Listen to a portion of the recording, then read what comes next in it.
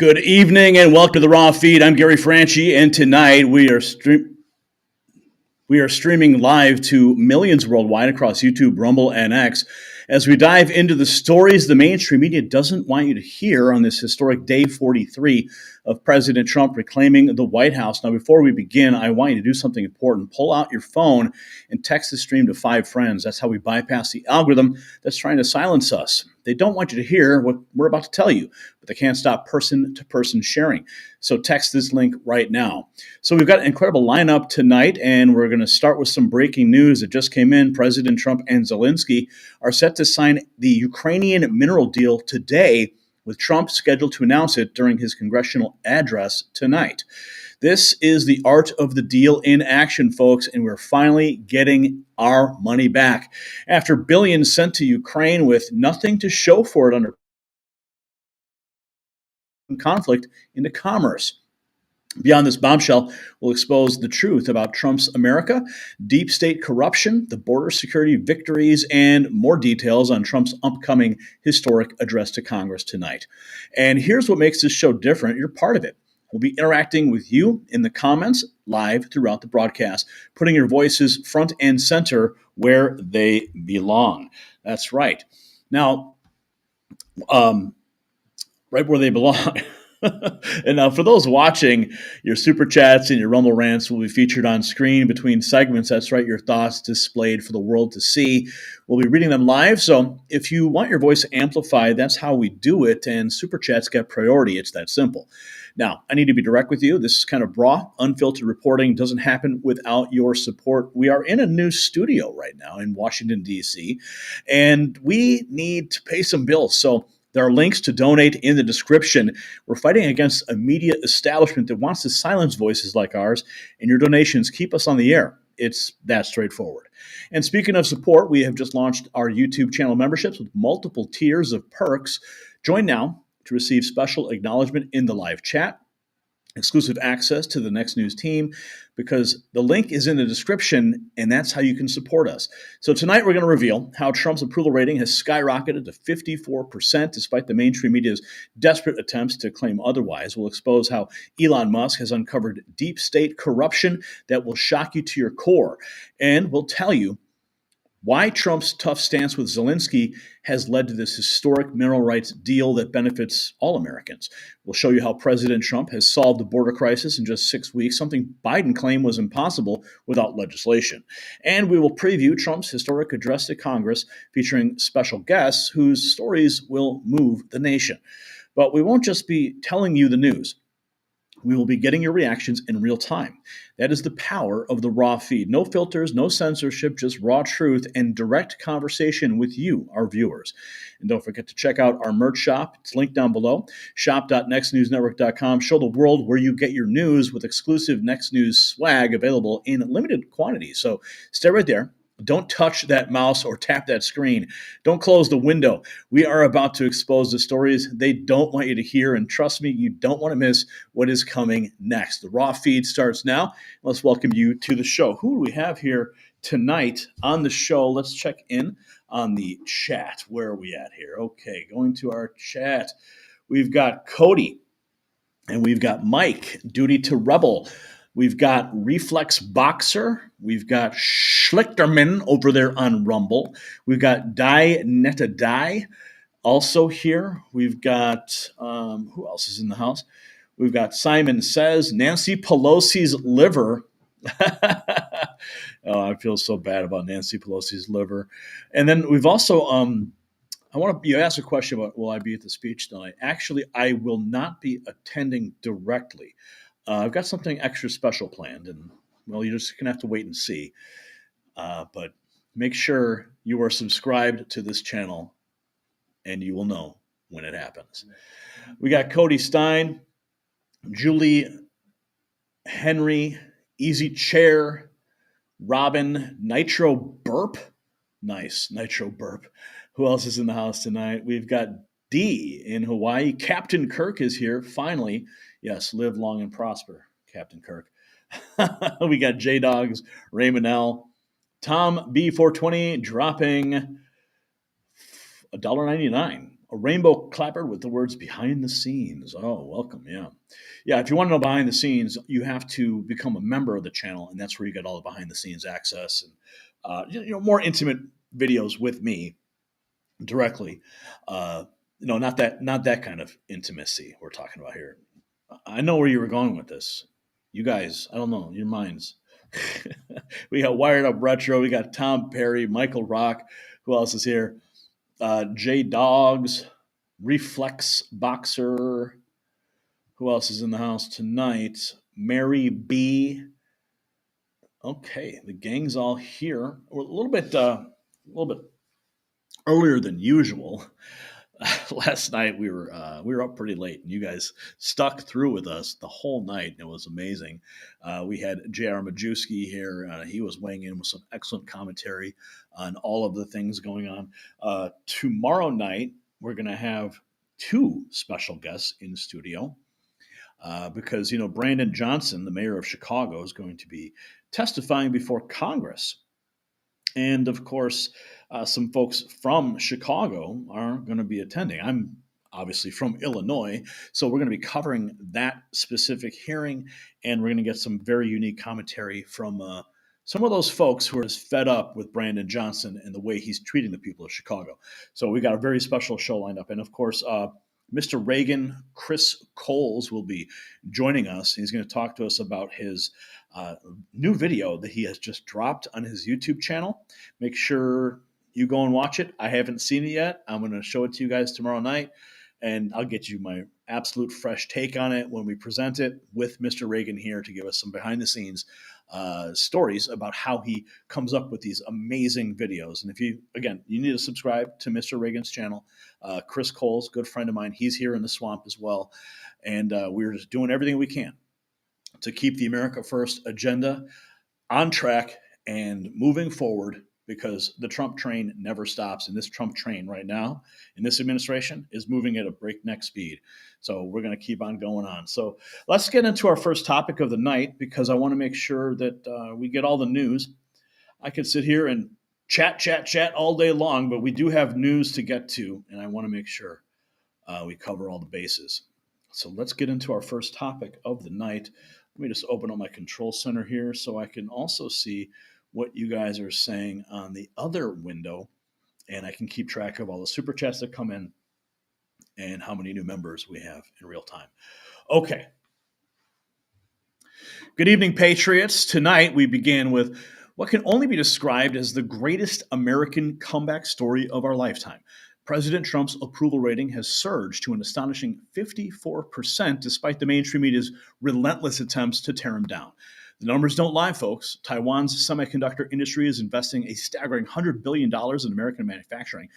Not just businesses, though, but national security. Trump's message to foreign manufacturers is crystal clear. Make your products in America or pay the price. This is what real leadership looks like, and this is America First in action.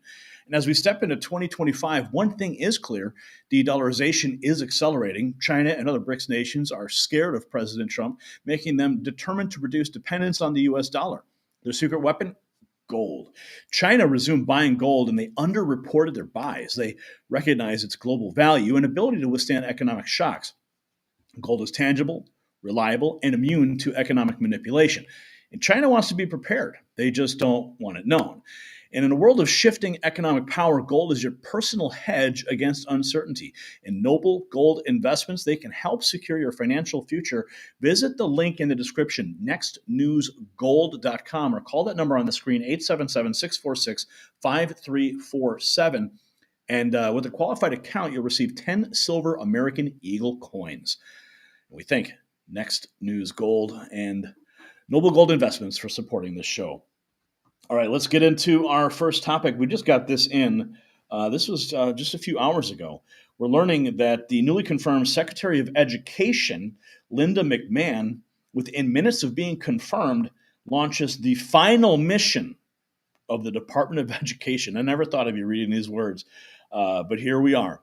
Finally, she says she's going to send it back to the states, and that is directly in line with President Trump's America First agenda. And he has picked a cabinet of individuals for his administration that understand his vision and share his vision and are getting it done. They state here in a letter obtained by Fox, she'll be informing all Department of Education employees that she'll be leading this final mission. Our job is to respect the will of the American people and the president they elected, who has tasked us with accomplishing the elimination of bureaucratic bloat here at the Department of Education, a momentous final mission, quickly and responsibly. Tear it down, and that's what I voted for. That is what Walter Kurt posted on X just a little while ago. And then we have this from Rapid Response 47, just 7 hours ago. Major investments in the United States since Inauguration Day. Saudi Arabia, $600 billion. Apple, $500 billion. OpenAI, Oracle, SoftBank, $500 billion. And TSMC, $100 billion. That was the big announcement yesterday. President Trump also posted this to Truth Social. All federal funding will stop for any college, school, or university that allows illegal protests. Agitators will be imprisoned or permanently sent back to the country from which they came. Now, if we've seen these supposed spontaneous protests erupting on college campuses. They're all like, free Palestine, and they're wearing terrorist garb, and like a lot of these people aren't even from this country, or you see in the illegal alien protests. Like a lot of these people are illegal aliens, literally, and they're waving Mexican flags. So I guess they're just making it easier to round them up. But President Trump said agitators will be imprisoned or permanently sent back to the country from which they came. American students will be permanently expelled or, depending on the crime, arrested. No masks. Thank you for your attention to this matter. Caroline Leavitt, the press secretary, she posted this 8 hours ago. 19-year-old Peyton McNabb, who has spoken out about being left with a traumatic brain injury after a transgender identifying man spiked a volleyball into her head, will be a special guest of President Donald Trump at his joint address to Congress. Wow. I remember seeing that hit from that volleyball. It was horrible. I couldn't imagine that much force would cause that much damage. But here we are, and President Trump is, of course, he's going to make women's sports great again. Rapid Response 47, Scott Vicent explains how cutting regulation is a key element to fixing the affordability crisis. This was on Fox News just shortly a while ago. It's insurance. There's affordability, and then there's inflation. Inflation is slowing. Still not back to the Fed's target area. Affordability is this massive spike that we saw over the past 2 and 4 years, and we're going to try to bring the prices back down, whether it's insurance, whether it's housing. And a lot of this is going to be done through deregulation. I think one of the untold stories for the past 2 and 4 years is the amount of regulation that the previous administration put on households. There's several $1,000s of administrative burdens every year. And if we can cut that red tape and bring that down, then that's an excellent start on the affordability. There's affordability, and then Yep, it's time to bring down and cut the red tape so that American commerce can flow again. We've got more here. Ian Miles Chong posting this. This is from Ontario's premier threatening to cut off electricity to New York, Michigan, and Minnesota in an effort to hit Trump. What? Really? You think you're going to win, buddy? Governor of Kentucky, the dollars of contracts that we have with the U.S. We are the largest purchaser of alcohol in the world. We buy over 3,600 products from 35 states. I talked to the governor of Kentucky and Mitch McConnell. Don't touch our bourbon. I'm going after absolutely everything. And I don't want to. We keep the lights on to 1.5 million homes in manufacturing in New York, in Michigan, and in Minnesota. If he wants to destroy our economy and our families, I will shut down the electricity going down to the U.S. And I'm telling you, we will do it. It's unfortunate. I would rather ship you more electricity, ship you more critical minerals. I want to ship you more energy, more potash to keep your farmers going, and uranium that you use for your nuclear power. It comes through from Saskatchewan over to Ontario. And it's going to be a massive, massive problem. I'm telling you, we love the Canadians love Americans. I love the U.S. Everyone does. And not one American friend. When I lived there for 20 years, I've talked to all of them. Hardcore Republicans are saying this is the biggest mistake President Trump has done, and we're dead against it. And so, well, I think the biggest mistake here is that Canada is threatening us. First of all, he's like, we're the biggest importer of alcohol in the world. Well, first of all, that's not something to brag about, buddy. It means everyone in your country's got a drinking problem.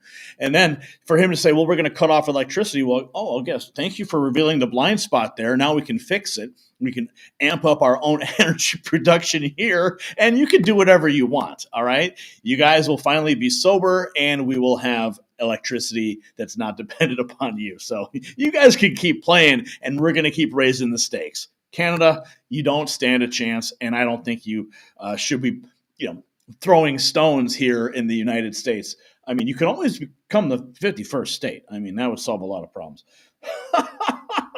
Okay, we got more to get to in this segment on the Raw feed. What is this? We have, this is Ali Marr. Thank you, Leader John Thune and Senator Tuberville for bringing the Protection of Women and Girls in Sports Act to the Senate floor. Let's listen to what's going on here. About 51. Women's sports. Right. Yesterday you held a vote trying to protect it. Let me just show this.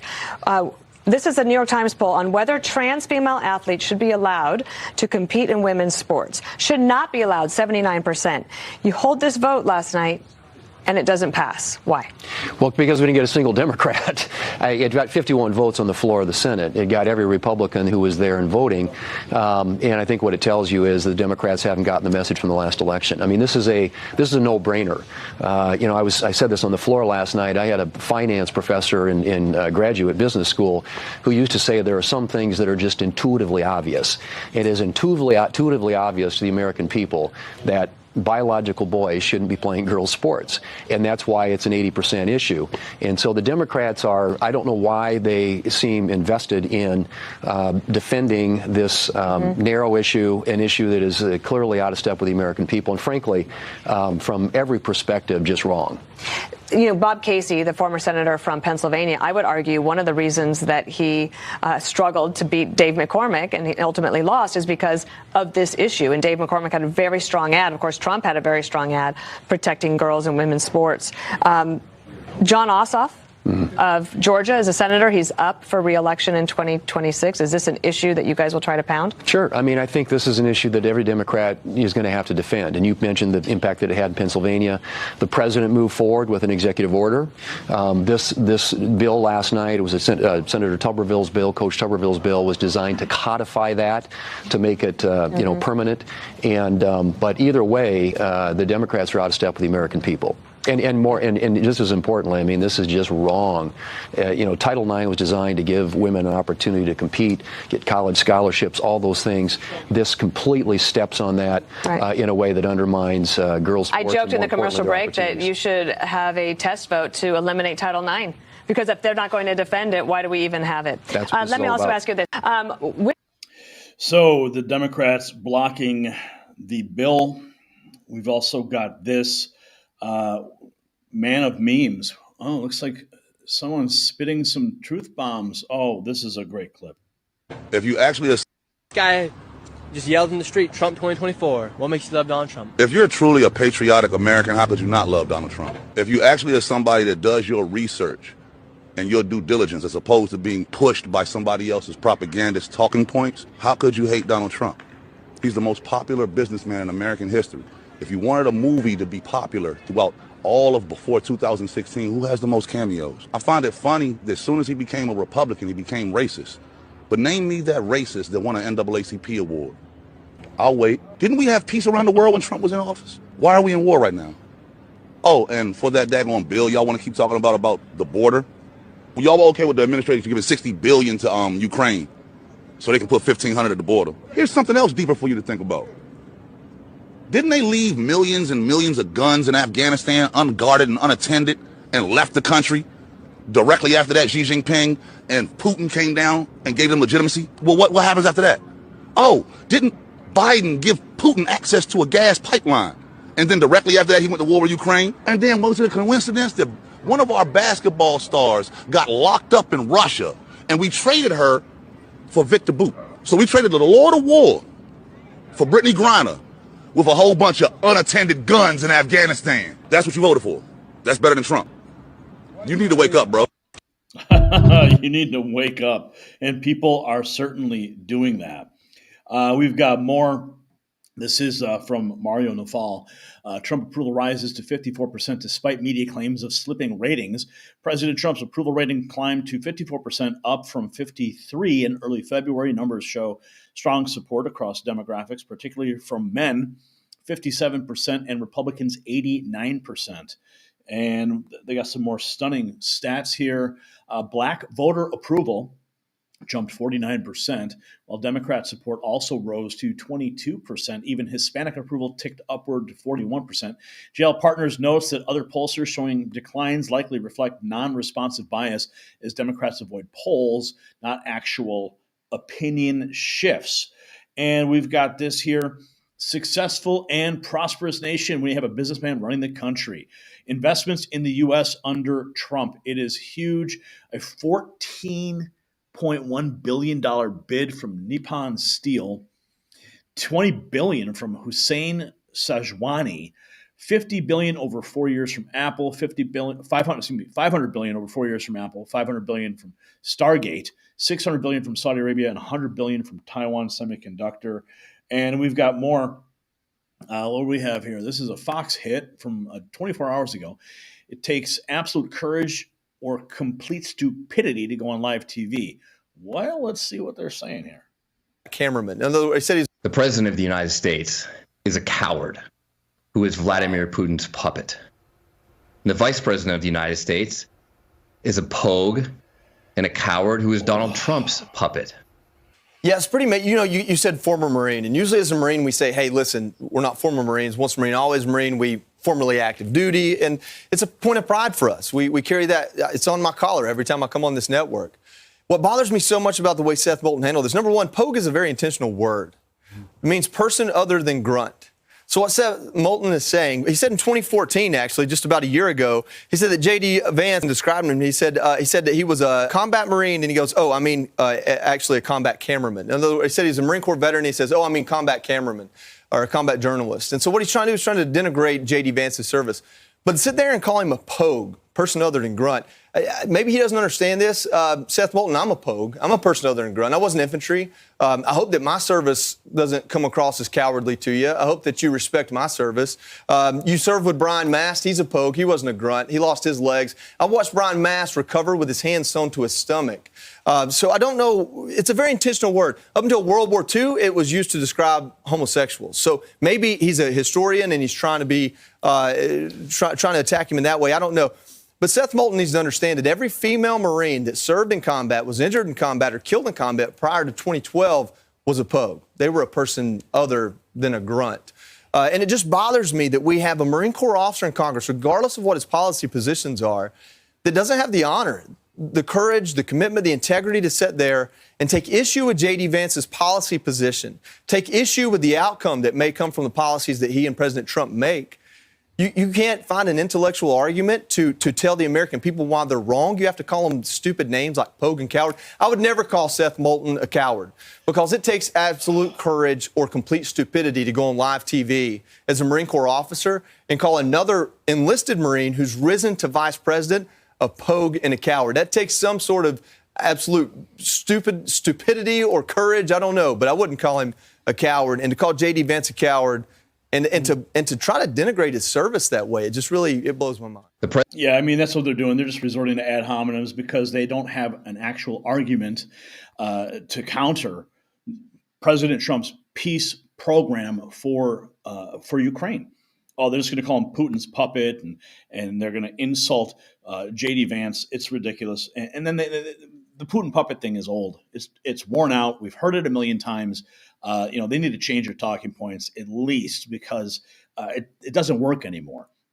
They just keep going on the media and keep rehashing these Just ridiculous talking points.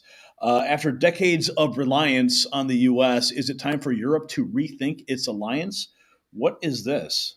Completely different, because Europe now feels completely different to what it felt like 4 weeks ago, and feels completely different because we're suddenly realizing that we have spent 80 years creating an entire system that totally depends on the United States. We're vulnerable to the US in every way. We've built our complete security and defense infrastructure in a little American cocoon. We buy American planes. We rely on American tech. The 7 largest tech companies in the world are American. And at no point in the last 70, 80 years, certainly has the British foreign policy elite, or at least since Suez, really questioned whether America isn't its ally. And, we can get into that a little bit because, of course, that's central to the way that you and Tony Blair thought about George W. Bush, and it's central to the wars that I fought in Iraq and Afghanistan as part of American coalitions. And suddenly now we have entered a world in which Friedrich Merz is saying that America may be indifferent to us. If America shifts from being the unquestionable ally to something that is even neutral towards us, and in relation to Ukraine, and this is what's really brought it to the fore, potentially even slightly allying with Russia against Europe over Ukraine, then everything is suddenly turned on its head. Europe now feels completely different to what it felt like 4 weeks.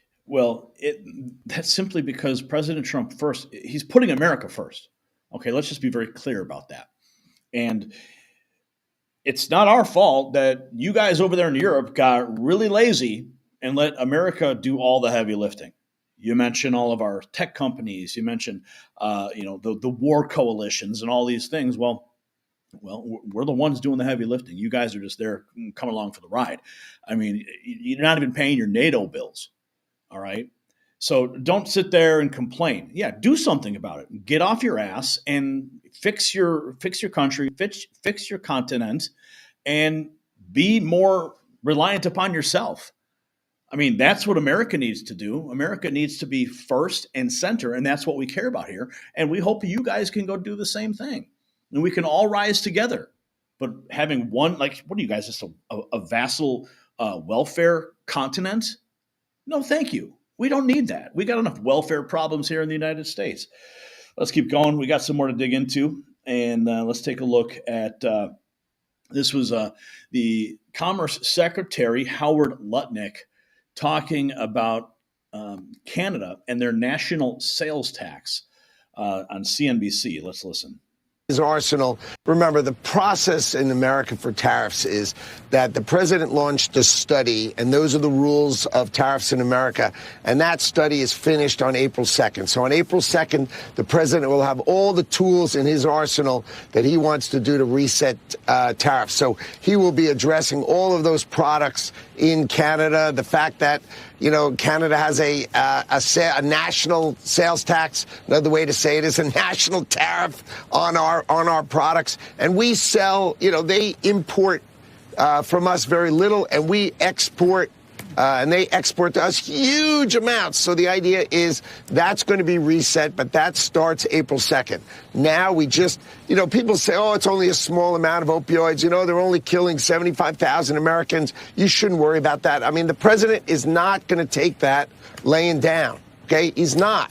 These things just have to end. And we need to see material reduction in autopsy deaths from opioid. And that's what the president is talking about. This is not a trade war. We are going to reset trade policy on April 2nd. You've got China's got huge tariffs on us, huge tariffs on everything with us. And Canada, you just talked about. Why do we produce cars in Canada? They've had an invitation, Canada and Mexico had an invitation to trade with the amazing economy of the United States of America, and they have abused that invitation, and the president's going to reset that, but that's April 2nd. That's not today. Today's opioids, April 2nd, I'll be here talking to you about how trade policy is going to change, and we're going to make it fair to Americans. I know people worry about short-term, but we are going to bring jobs. You are never going to see the amount of production come back to America than Donald Trump's going to bring back to America. Trillions and trillions of dollars of production is going to come back to America, creating great jobs in America. And that's why the Americans elected Donald Trump, and he's going to deliver for them. And he already is delivering. Howard Lutnick breaking it down, bringing all the manufacturing back. Why are we continuing to manufacture vehicles in Canada? Like, why are they abusing that trade policy? Well, it's coming to an end. Kevin O'Leary talking about $100 billion investment is more. It's more. Taiwan's $100 billion investment is about more than business. Let's hear what Mr. Wonderful has to say. Can't really help this. Kevin O'Leary, let's start there with your reaction to this semiconductor deal. It makes me wonder if we really needed the Chips and Science Act at all, which was governments or the U.S. government trying to pick winners, giving a lot of money to Intel, which can't really help this problem for 6, 7, 8, 9 years.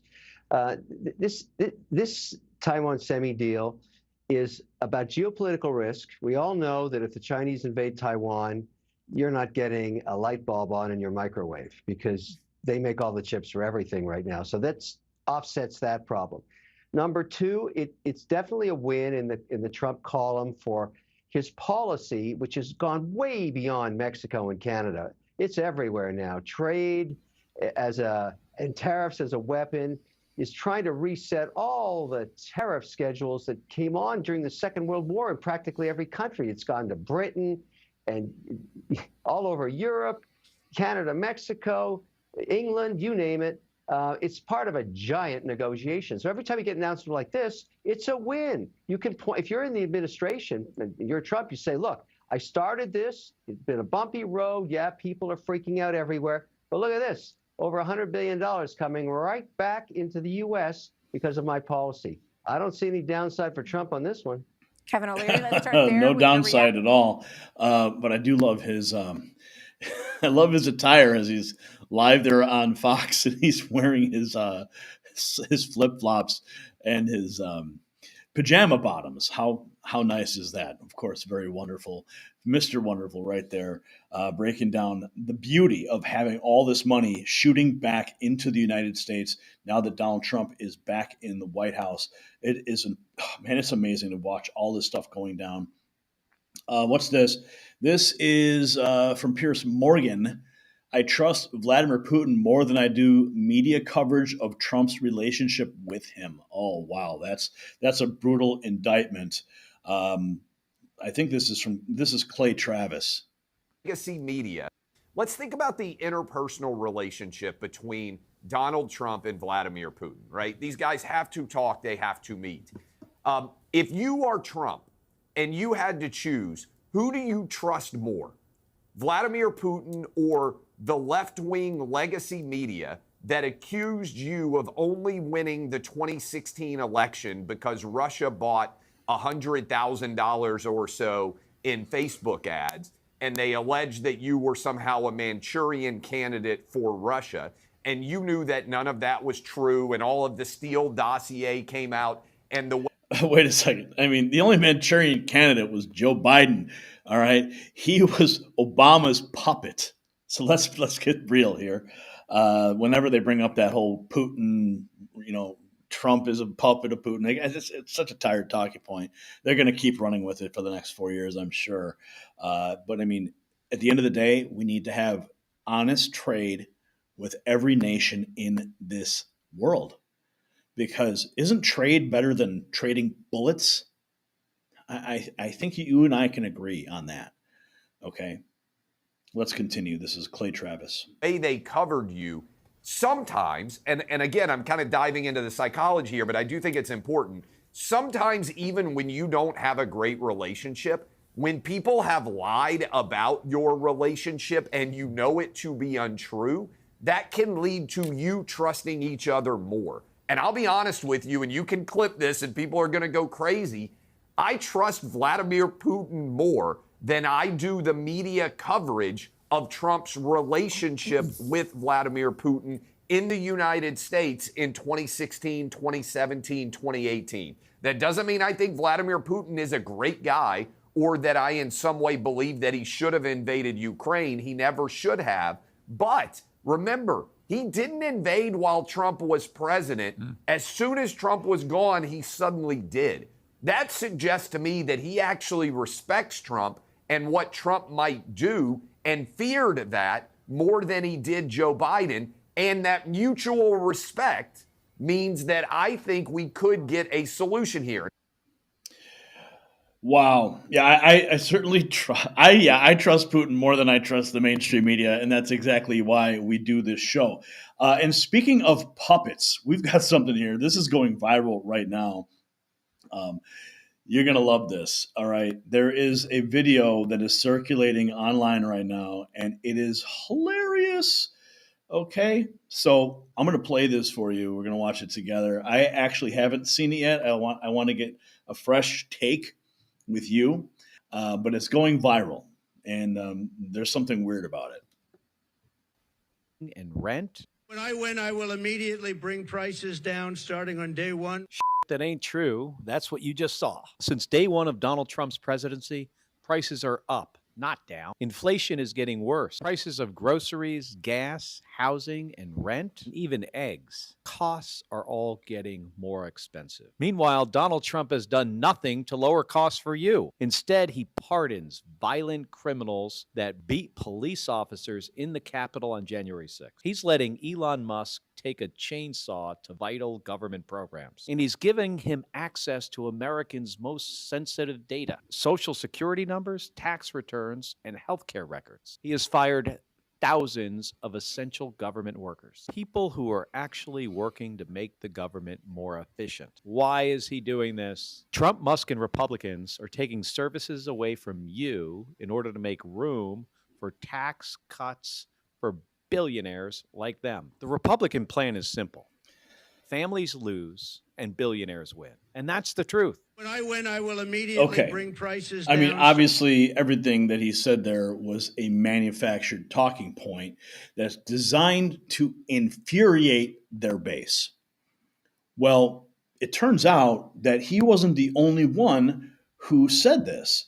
Yeah, we've got this one. It's a carefully staged performance, phony indignation, empty promises, and not a shred of genuine patriotism. Look at this. Here's Schumer and Booker and Pocahontas. I will immediately bring prices down starting on day one. That ain't true. That's what you just heard. Since day one of Donald Trump's presidency, prices are not down, they're up. Inflation is getting worse, not better. The prices of groceries, gas, housing, eggs, of essentials, it's not getting. Oh, and folks, it's not just those three. They have spread this narrative to every single one of the members in the Democrat Party. Look at this. Here's a shot. Look at that screenshot. All saying the exact same thing. And this is probably the most frightening one. When I win, I will immediately bring prices down starting on day one. That's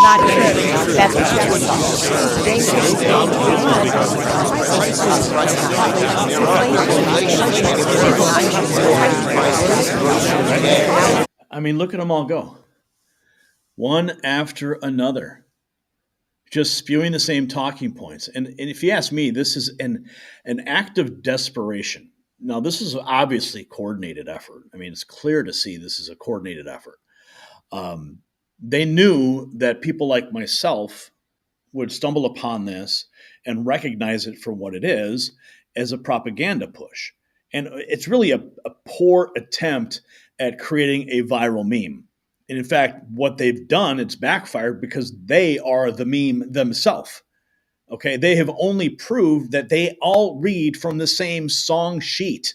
Okay, and they're all out of tune. And look at one by one, they all hit the script slower and slower and slower. They're bringing it down. Who do you think's who's gonna win here? Who is gonna last the longest? Who has the most endurance, the most stamina? Is it going to be Chuck Schumer? Is it going to? Is it Nancy Hirono? It's Cory Booker for the win.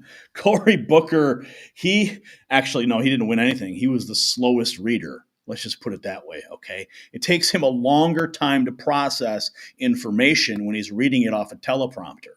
So that's really what happened there. I mean, Cory Booker is just kind of slow, so that's why he came in last.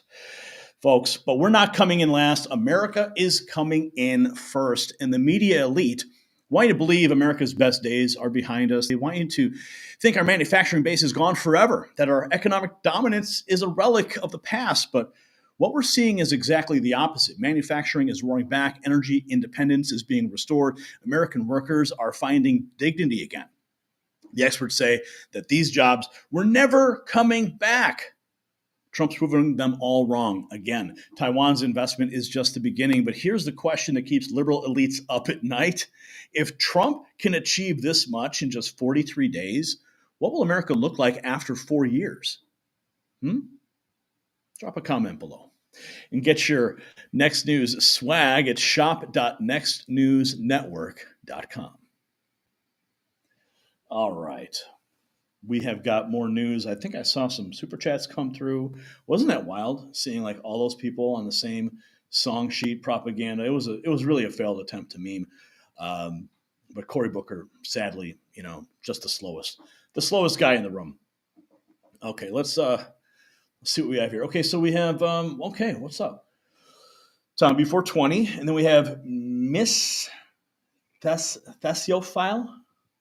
Thanks for keeping us current on the real news. And that's what we do here at the Next News Network. We do it for you, Miss E. Thanks for the $2. We got Reflex Boxer, who says God, country, family, and in that order. We got Paul Kendall dropping $1.99. Thank you, Paul. He's saying, keep up the great work. Love your channel.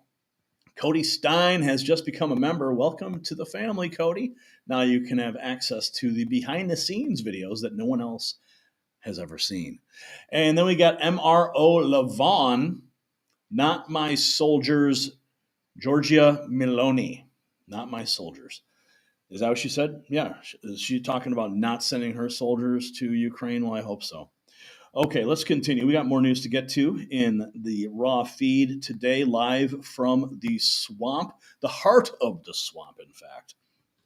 Yeah, we are not far from the White House in Capitol Hill here in D.C. So let's get into this next topic just for you. And if you haven't shared this stream yet, tap share, text it out to a friend. Let's make sure everybody is on our same song sheet, okay?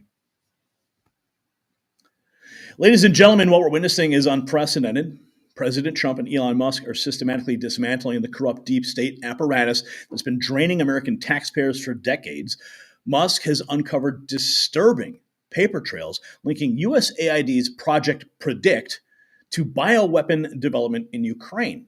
Yeah, remember that was just a conspiracy theory? I guess we found the receipts. Is this why Zelensky is so desperate to keep the war going? The evidence suggests a massive cover-up dating back to 2014, coincidentally when those Hunter, Biden, and Fauci pardons began. This isn't conspiracy theory, it's conspiracy fact, and the documents don't lie.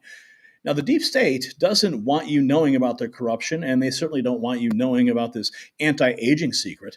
Just like Elon exposed government waste, new research has exposed how collagen can transform your skin. While politicians were hiding bioweapon programs, they are also hiding studies showing how daily collagen dramatically reduces wrinkles and improves skin firmness. The establishment doesn't want you looking younger while they are aging from corruption stress. My multi-collagen formula features 5 key types from 4 different sources, unlike the cheap, poorly sourced collagen they want you buying. So take back your youth while Trump and Musk take back our country. Head over to healthwithgary.com for 51% off during their limited time Patriot special. Okay, let's get into this topic here. It's my favorite. I love talking about DOGE because every single day we have some new information about what is being cut from the federal government. And this is going to go on for quite some time. There's going to be new revelations every single day. And that's why we are staying on top of it to keep you informed so you can celebrate with us. Okay. What is this? This is from PC Mag, Rapid Response, just 7 hours ago. Hewlett-Packard looks to dodge U.S. tariffs by moving manufacturing out of China. Well, that's interesting. So it looks like we've got HP bringing manufacturing back into the United States because Donald Trump's tariffs are making them very nervous over there. We've got this from Clandestine. Another reason Zelensky cannot allow this war to end is because he's covering up deep state bioweapon development in Ukraine. Elon already found the paper trail via USAID Project Predict, which means Trump knows also. And of course, that's why Hunter and Fauci's pardons began in 2014. This is why Zelensky ordered the destruction of all files associated with Hunter's biolab company Metabiota. Metabiota? Wow. This is why the media mercilessly attacks anyone who talks about the biolabs in Ukraine, to include RFK Jr. and Tulsi Gabbard. This is why Zelensky can't surrender. If this war ends, Putin and the Russian military have been adamant that there must be formal investigation into U.S.-Ukrainian bioweapon development in Ukraine. Okay, so look at this. Here's the paper trail. You want to see it? U.S. coordination of biological laboratories and research institutes in Ukraine. It's on your screen. Look, here, I'll make it big.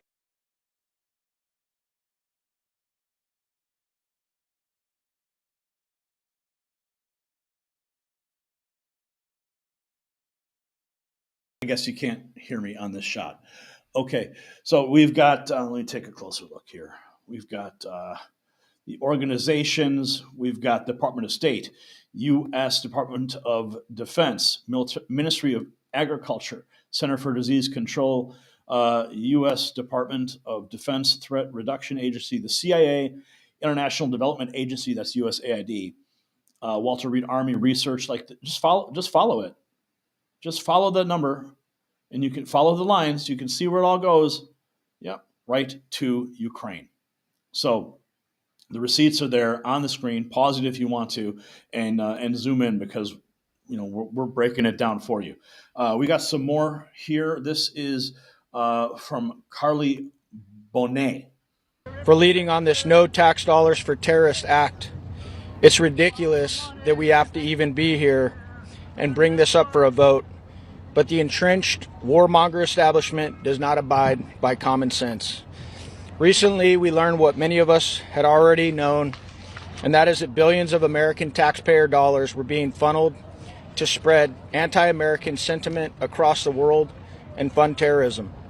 Given our roughly $37 trillion of debt and $2 trillion annual deficit, the arrogance and greed and foolishness coming out of this town is absolutely astounding. On top of the billions of tax dollars shelled out to USAID, Representative Burchett, Sean Ryan, and others, including our friend Legend over here today, highlighted that the Biden State Department sent millions of your tax dollars to the Taliban.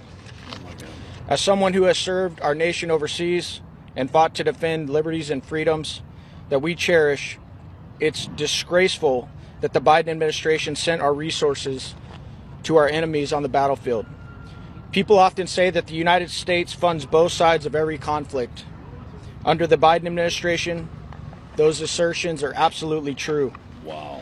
Last Congress, Representative Burchett moved similar legislation through the House of Representatives by unanimous support, only to have Chuck Schumer refuse to bring the bill to the floor of the United States Senate.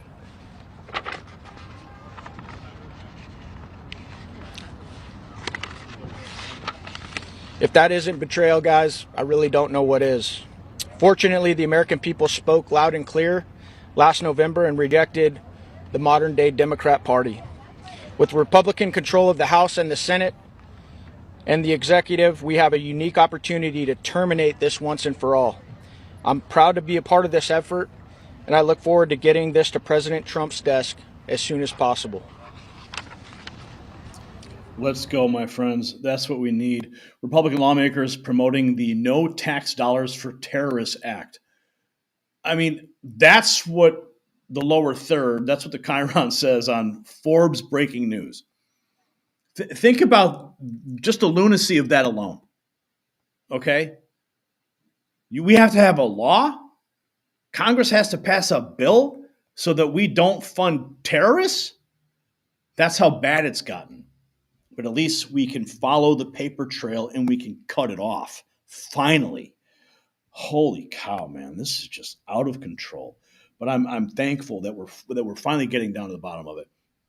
Elizabeth Warren, apparently 20 hours ago, she's complaining Elon Musk just called Social Security a Ponzi scheme, and his team is working to gut the agency that makes sure your grandpa gets his check on time. It doesn't have to be this way. I'm supporting a bill to increase benefits by $2,400 a year and expand the program's solvency. You see what they're saying here? It's more fear tactics from the left, more fear mongering, and it's doom and gloom. They're trying to scare grandma and grandpa into thinking that they're never going to get their Social Security checks. No, you see what Elon Musk is doing with the DOGE boys, they're simply cutting out the inefficiency so that Social Security can remain solvent. Okay? You don't need to have a bill to increase benefits. Okay? When Elon Musk is done, there's going to be so much surplus cash that we're all going to get checks for $5,000. How about that, Pocahontas? All right? Why don't you pull your bow and arrow back and try to hit that target, but you're going to miss. So it ain't going to happen. Yeah, keep trying. We got this too. Derek Evans, LA homeless officials reportedly caught embezzling millions of dollars. That doesn't surprise me one bit because homelessness is out of control. If they had billions of dollars to try to figure out a solution to the problem, you wouldn't see that many homeless people in California, but here we are. Let's see. Valisha Adams Kellum is the CEO of the Los Angeles Homeless Services Authority. $430,000 annual salary. Unbelievable. Let's hear what this guy has to say here. This lady is Valisha Adams Kellum. She's the CEO of the Los Angeles Homeless Services Authority, in charge of managing over $800 million annually in federal, state, county, and city funds towards homeless shelters. It's a big responsibility, so they pay her a monster salary, $430,000 a year. And what's she been up to? Valisha has just been exposed for funneling millions of dollars worth of contracts to her husband. Quote, documents show that Valisha Adams Kellum, chief executive of the LA Homeless Services Authority, signed a $2.1 million contract and two other contract amendments with Upward Bound House, a Santa Monica-based nonprofit where her husband, Edward Kellum, works in senior leadership. And oh man, that is, I mean, it doesn't surprise me. Like, we've seen all these people, like how many reports have we done where you have Democrats who are hiring like their husband as their security, right? They set up a security company and then they funnel all this money to them because they're too busy defunding the police, so they feel unsafe. So then, well, we'll just take all this extra money here and we'll just put it over towards our husband's new company. I mean, that's the kind of stuff we're dealing with here. So, what's happening in LA is not a shocker, but I'm glad it's finally getting exposed. And we're helping expose it right here on the Next News Network. Let's see what we got here. Data Republican breaking it down. I love this woman. She is bold and fearless, and she's breaking down all the data. I mean, she's like Elon Musk's secret weapon. Let's hear what she's talking about now. And she does sign language because she's actually deaf, but she's amazing. Let's go. Of this money is. It's weird. It almost seems like it has somehow been captured by groups that want to spread chaos. I had to do a lot of research to this. What happens is that, again, it goes back to communism.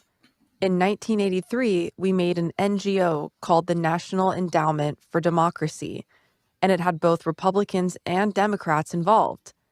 The NDI, the National Democratic Institute, and the National Republican Institute, these two, it's spreading money for the world to support democratic incentives.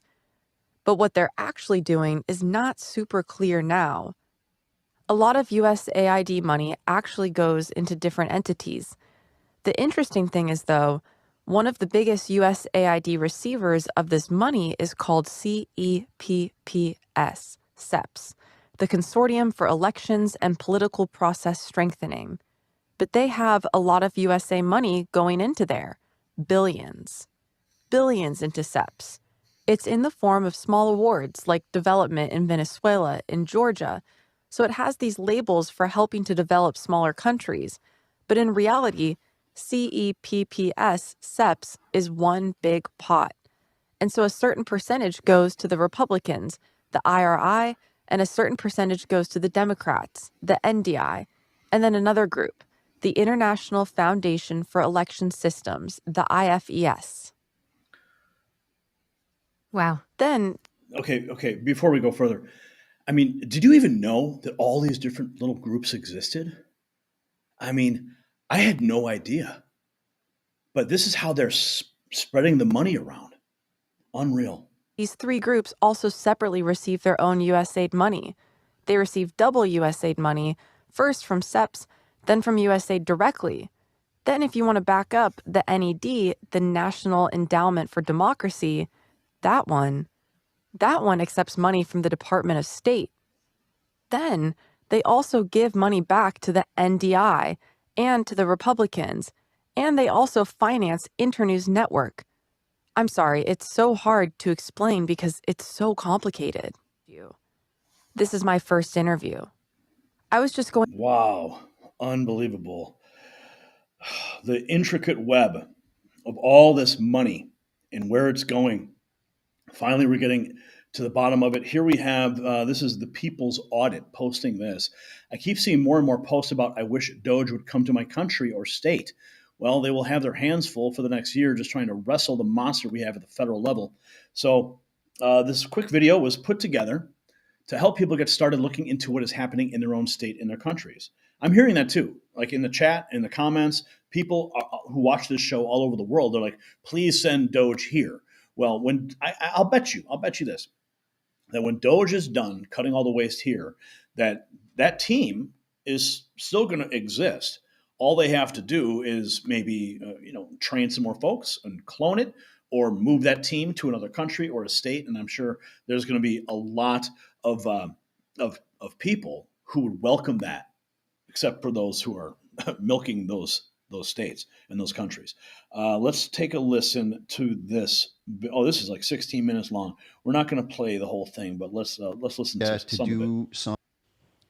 Hello, everyone. This is Chris Jersky with the People's Audit. Watching Elon Musk and all his team go at the government, and everybody keeps on saying, I wish DOGE would come to my state. I wish DOGE would come to my state. Well, here's your chance. I hope that the next couple minutes, let's call this DOGE for Dummies. Let me take you through how you can use some of the open source data to do some research in your own state and see if you can find something nefarious going on. The challenge is that some of this stuff on the surface might look legitimate, but you really don't know until you start going through the political connections with the people that are typically running the agencies, or at least connected to the agencies, and see if you can find some kind of political connection in your state or in your county. So the first thing, on an easy scale, again, this is the basics. You can get more advanced as you learn how this system works. You're going to probably just do a search for your state's name, because there's a lot of state-run businesses that are NGOs or whatever you want to call them that will typically put the state inside the name of their company. And more importantly, you want to start out with some kind of threshold of 50% of the funding coming into that organization or more being taxpayer. So what he didn't make clear is the website that he's on. I believe he's on the Data Republican's own website, which apparently has this massive searchable database of all the publicly facing information that has now been brought into one simple search system. Their funds. Those are probably some good areas to start out with. So once you get that, you'll probably want to sort this column on taxpayer funds so you can see the highest number of taxpayer funds going into any particular organization. And what you want to look for is obviously the amount of money, like this one, $364 million going to this organization, and the percentage of the taxpayer funds. Of that, 96% of the entire receipts that they take in are taxpayer funded. So let's dive into this particular organization. And as a disclaimer, I don't know this organization from Adam. I am not accusing this organization of anything malicious. I am using them as an example to basically go through how this all works and what you want to look for. So click on the ENI number, and you might want to open it in a new page. This is a very helpful website when doing exploring on nonprofits. I've used it a couple times to investigate some companies that I wanted to work with, just to see what their track record was. And what you're looking at is exactly what is submitted to the government. So they have to typically sign these forms under the threat of perjury and possibly imprisonment for lying on these forms. So you would assume that most of it is on the up and up as far as what they're explaining what happened. So this is the tax reform, the income tax forms for the particular organization. You can get the address of where that organization is, the actual business name for that organization. You could probably start another thread to go out and do a website look for them to see what they're actually doing. Okay, so if you want to see how to use, this is a full video, it's 60 minutes. We're not going to watch the whole thing. I'm going to go ahead and I'm going to repost this on our X account. It'll be right at the top right now. Just scroll down the feed and you can watch it and you can get all the information that you need so you can begin your own investigation, your own DOGE in your neck of the woods. Let's see what else we've got going on here. Olivia Rondeau just witnessed Maxine Waters try to demand her way into hand-delivering an anti-DOGE letter to HUD's Secretary Turner while he was in a meeting. Oh my goodness, this woman, she just does not quit. I know, let me see if I can relay the letter. See if I can. We would like to give the letter to him.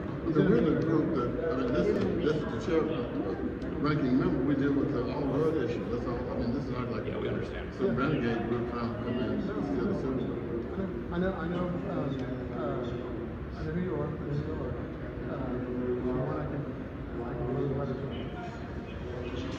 Okay, so we'd like to deliver the letter to him? I can make sure he gets a letter. He wants the letter. We'll deliver it on your behalf. We can make sure he gets a letter. Okay, well, let me just understand very clearly. I know you can deliver it. Are you saying that I won't be allowed to deliver it? He's in a double right now. Oh, he's not here? No, he is. He's in a meeting right now. He's here. Yeah. And he's not available right now. And we would like to deliver it to him. But we can't go no matter what and deliver it to him ourselves. I'm happy to deliver the letter for you. I beg your pardon? I'm happy to deliver. I know you are, but are you refusing? Okay, so she wants to go and hand deliver it. They're going round in circles, and I'm waiting for her to pop. She's kind of holding her composure right now. I guess it's really only a matter of time. Do you think she's going to pop? I mean, she's Maxine Waters, right? You don't come around here anyhow, anyway. You see those Republicans, you push back on them at the gas station, you push back on them at the grocery store. We're going to hand deliver our letters no matter what you say. Let's see what happens. I'm not refusing him. I told you, he's in a meeting right now. He has to show the same respect to other people that he's meeting with. Should we wait until he comes out of the meeting? I think he's going to be here for a while. So. It's okay, I can stay all night. We'll deliver the letter for you. We'll deliver the letter for you. But that's what we can offer. I'll only agree for you to deliver. I'll tell you what. Let me see if I can get him to deliver the letter. You want to watch this Trump analysis video? Do you want to watch this Trump video over here while you wait? Here's President Trump in the Oval Office, dismantling the bureaucracy. Hang on, here we go. Let's see. We got a minute. We got about a minute and 40 seconds left. A minute and 20 seconds left. Let's see where this goes.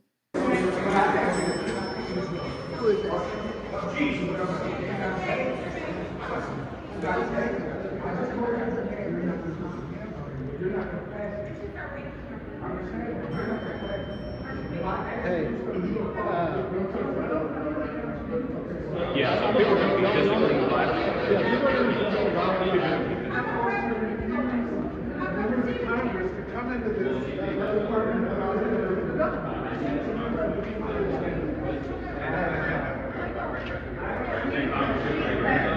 Oh, Rashida Tlaib just showed up, folks. Watch out. It's about to go off.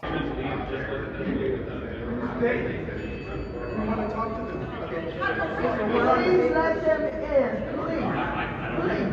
Members of the committee, please allow them to come. Excuse me, gentlemen, will I talk?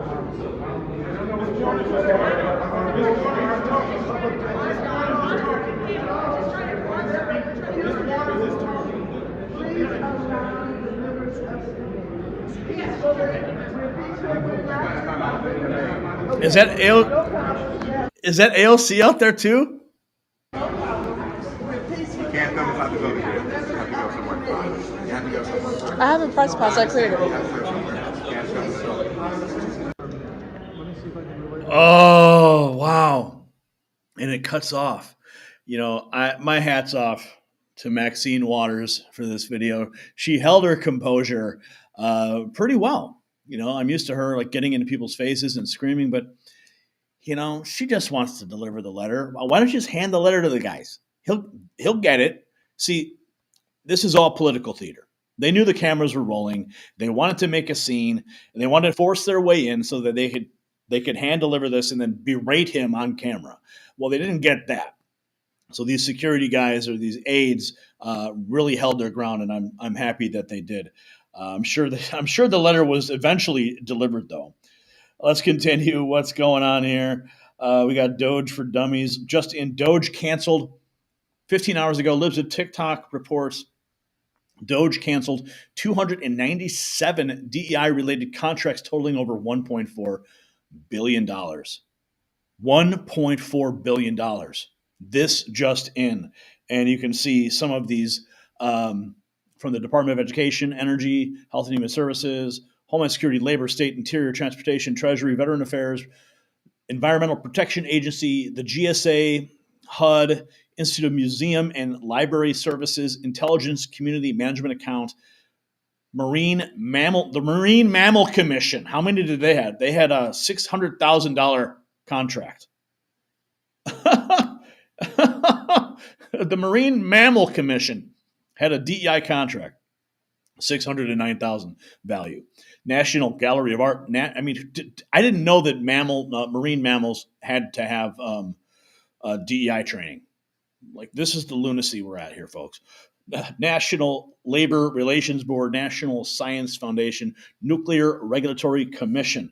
A grand total of $1.4 billion, but the total value is $2.167 if all of those contracts were fully executed.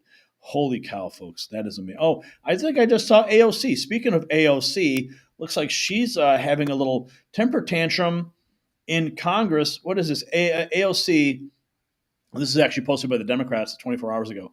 AOC saying Elon Musk is not a scientist. He's not an engineer. He's a billionaire con man with a lot of money. Wait a second. It's kind of like Bill Gates, right?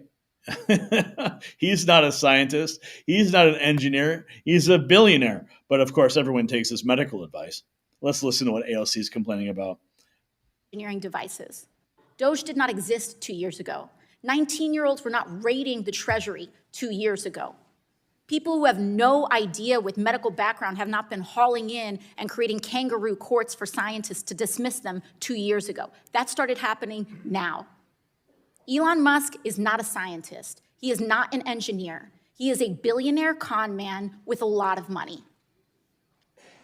He does not have this kind of good background. And in fact, while there's some disruption over that, I sincerely ask you all to examine what expertise he has in approving medical devices, in biomedical engineering devices. And if you all think that he is an expert in that, I've got a bridge to nowhere to sell you. DOGE did not exist 2 years ago. 19-year-old. Oh, AOC, God bless you. God bless you, girl. I mean, the guy is only building rocket ships to Mars, honey. Okay? I think he's got it figured out. All right? I mean, have you ever heard him talk? Like scientific formulas and like what it takes to build a stainless steel rocket ship. Okay, the only stainless steel rocket ship that AOC knows about is the shaker that she used in the frickin' bar. Okay, the stainless steel shaker. When she's making her martinis, maybe that's where she should go back. Okay, I mean, Congress is just getting dumber by the minute every time she opens her mouth. So we welcome, please, keep going, or go find that stainless steel shaker and make me a freaking martini, would you please?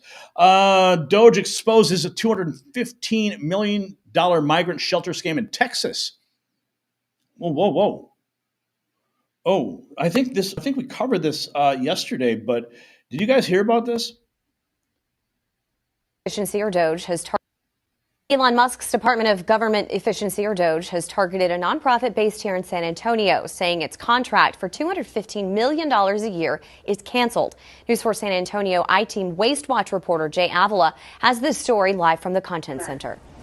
Mandy, in a post on X, DOGE said the Department of Health and Human Services had terminated a contract paying Family Endeavors $18 million a month to operate an empty facility in West Texas.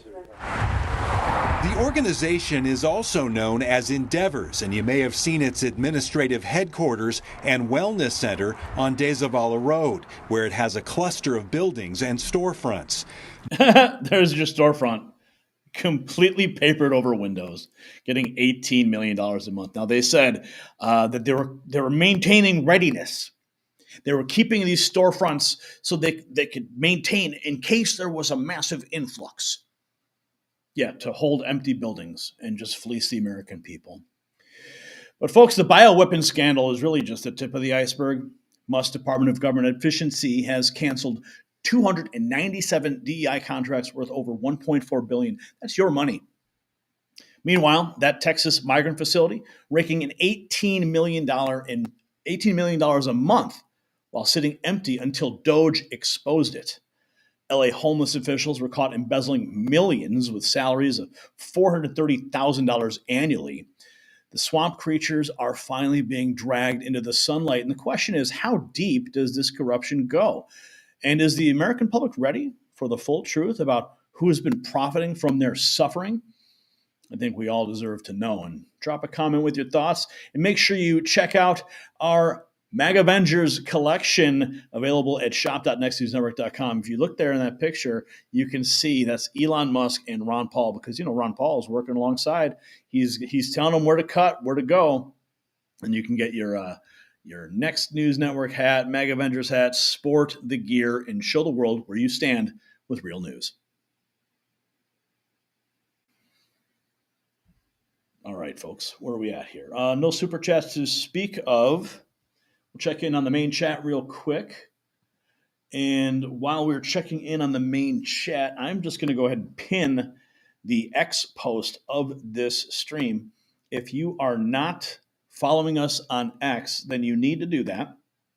Head on over to our X account and tap follow so that you can be the first to know when we start. We're active all the time on X.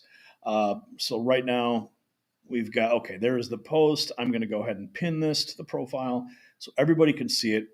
And help us out, would you? If you're on X, go over to the live feed that's at the top of our X profile right now and give that a retweet. And then once you're done, come back to the chat room here on YouTube and give us a 1 so we can acknowledge that you have been sharing it. We really appreciate it. So I just posted that, pinned that to Drew. I laughed at your AOC quip, Gary. Funny. I'm on DungTube. Redbird, I always knew tax money is being wasted, but the sheer level of waste is unbelievable. No more NGOs. Trump is the best president ever. AOC, 2 for you, 1 for me. California has a train to nowhere. Might as well have the bridge to nowhere as well. Oh, that's great. That's great. And 2024, year 4, has got a green siren. Thank you for that. All right, let's get into our next topic of the evening here. And remember, keep your eyes peeled on this YouTube channel for what's coming next this evening. We've got the State of the Union that's coming up. We're going to give you a little preview of that. But I've got something special planned just for you guys later today.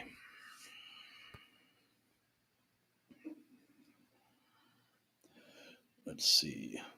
Wait, this is the peace question. Okay, sorry, my bad. I went to the wrong. There it is, Ukraine. Here we go.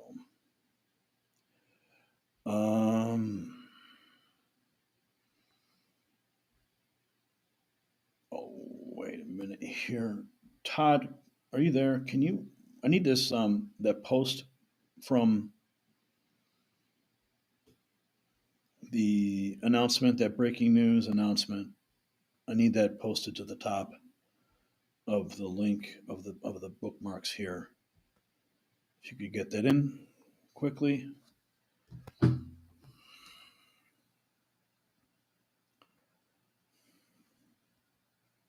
not sure if you're here or you can hear me.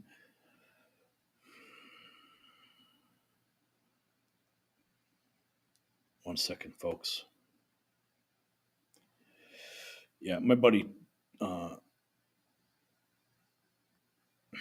breaking news tweet. The breaking news tweet from earlier.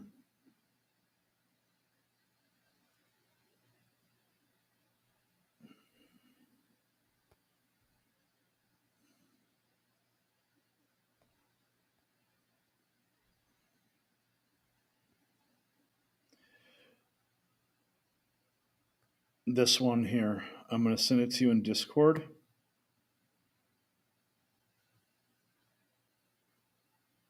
If you could just get that at the top of our Ukraine folder, please.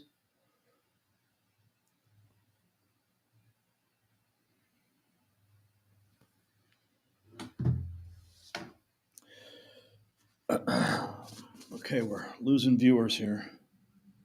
Okay, thank you.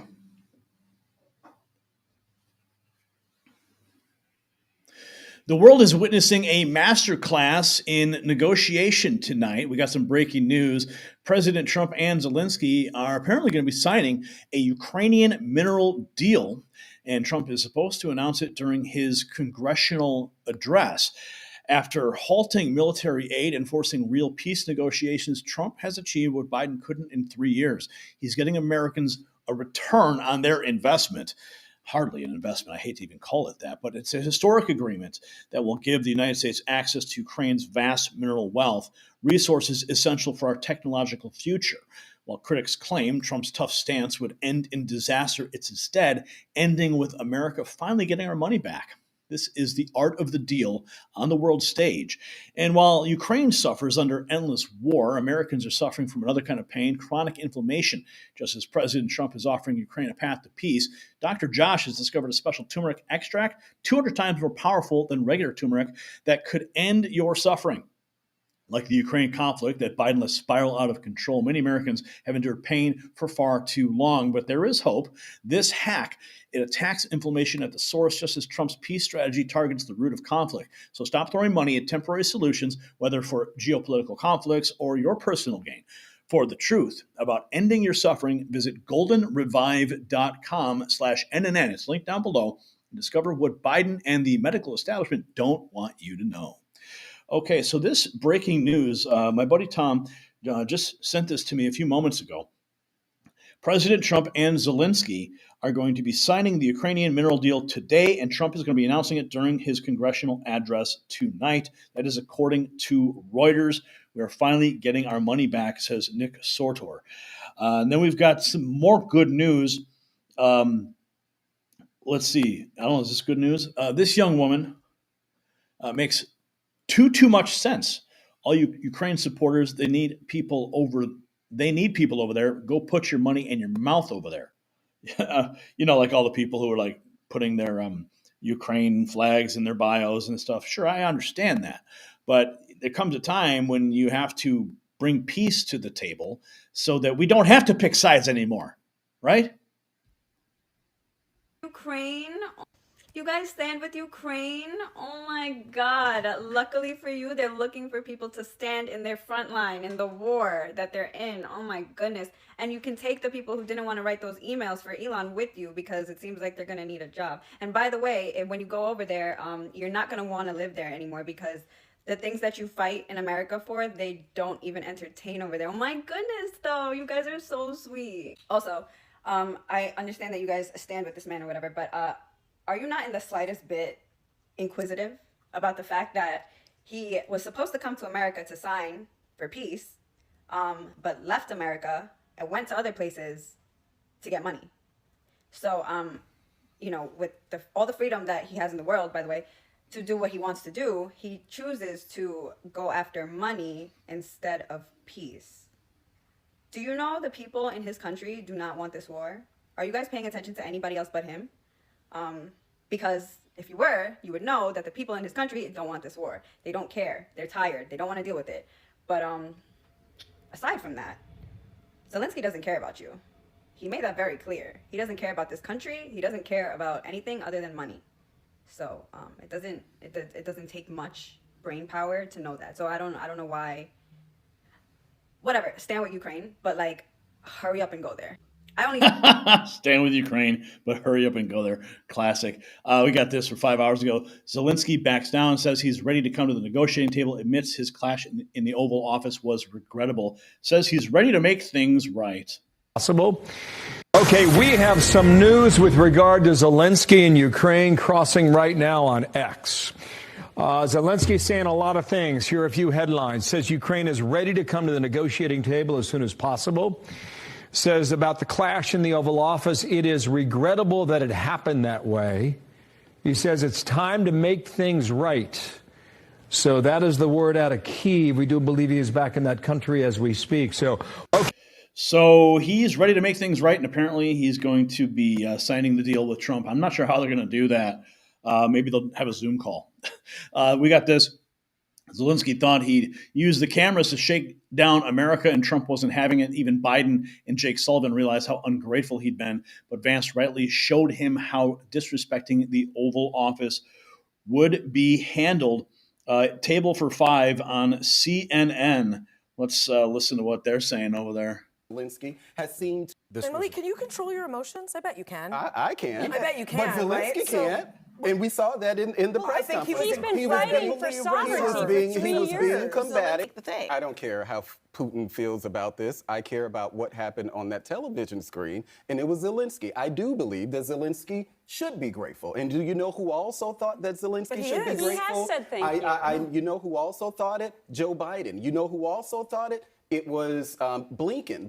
This isn't the first time that Zelensky has seemed to kind of shake America down. Now, remember, there was the deal over shake NATO. America down. But that's what he's doing. I mean, I understand he's fighting for the life of his country. Well, when you come before the United States of America in the Oval Office, then you need to show... Where there was so much decorum today? Well, they responded to him. Elon was in there the other day in a baseball cap. You come in there being disrespectful, and you're going to find out the response to it. Listen, that's what he was. He was being disrespectful, and J.D. Vance was right to call him out on. Wow, that was on CNN. And then the woman's like trying to cut down Elon for bringing his child to the Oval Office and wearing a baseball cap, a MAGA hat, by the way.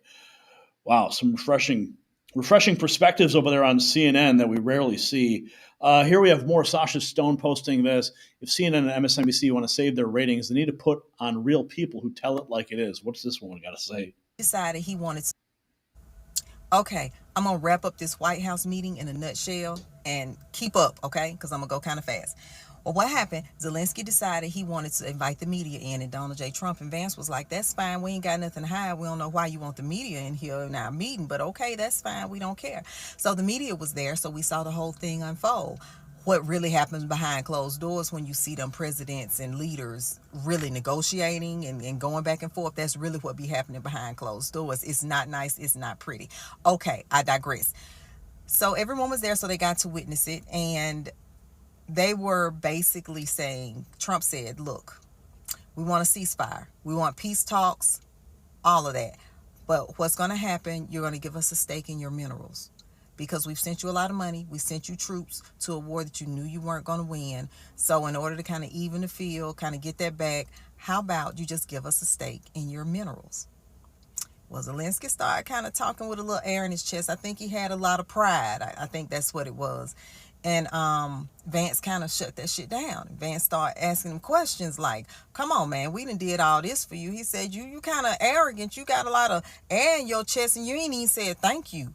We basically done saved you and you ain't even said thank you. You real arrogant around here. That's basically what Vance was saying. So Zelensky kind of decided he wanted to talk even more greasy, right? So he went to talking, and then at the end he said, and you gonna feel it too. That's when Trump stepped in and was like, ho, player, wait a minute, you ain't even in a... Yeah, okay. You know what she's talking about, the moment when Zelensky said, oh, you have nice big ocean. Soon you will see what is coming for you. Like, the guy was literally cursing the United States, all right? Basically threatening. Yeah, you guys think you have a nice ocean? Well, wait till what comes next. Unbelievable arrogance. Unbelievable. Position to tell us shit. You can't tell us what we gonna feel, because in the card game where we playing cards, you ain't even got no cards. If it weren't for us, you wouldn't be sitting here right now. And Trump said out his mouth, he said, that stupid ass president, he didn't say stupid ass, but he said stupid. He said that stupid president sent you all of that money and sent you them troops. They kept talking, and Trump was like, let's stop that right now. We just gonna stop with you telling us what we gonna feel, because you ain't in a position to tell us shit. All right, fast forward. They kept talking. They kept going back and forth. Trump said, look, you toying around with World War III here. We trying to give you some peace talks. We trying to get a ceasefire going on around here. And you walking up in here with the air in your chest. Like, what's going on, my guy? He kept talking greasy, and Trump said, look, if it weren't for what we sent you, you wouldn't have lasted 2 weeks against Putin. He said, I done talked to Putin. Putin ready for a ceasefire. What's your problem?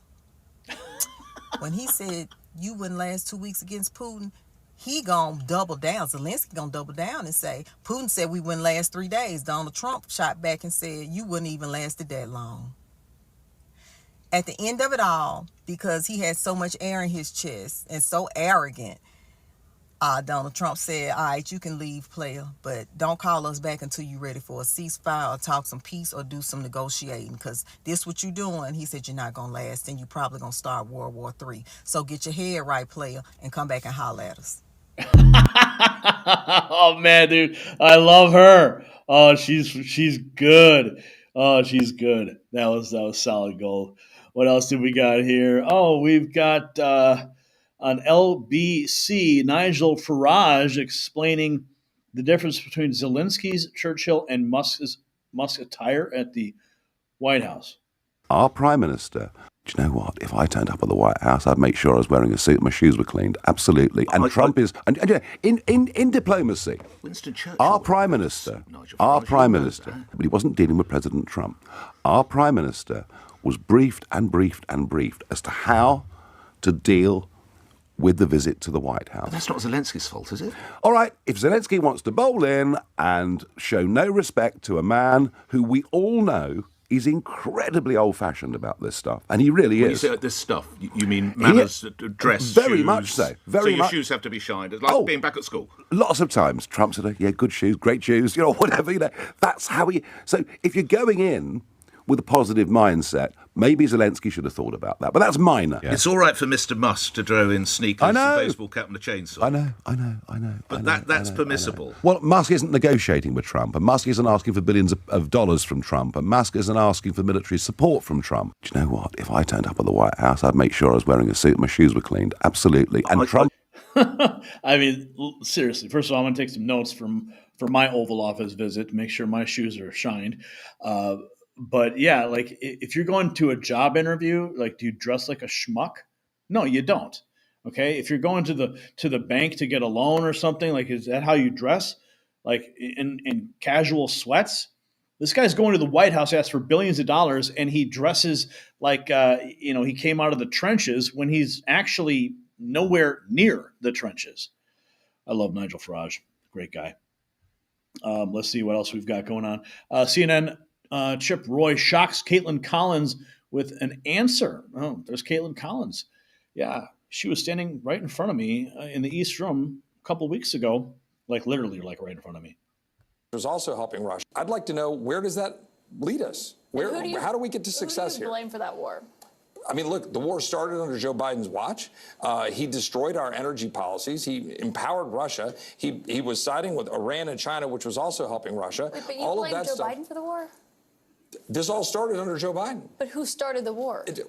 But my point is that that war wouldn't have started if Donald Trump's in the White House. If we have a strong hand in the White House, Vladimir Putin does not go into Ukraine.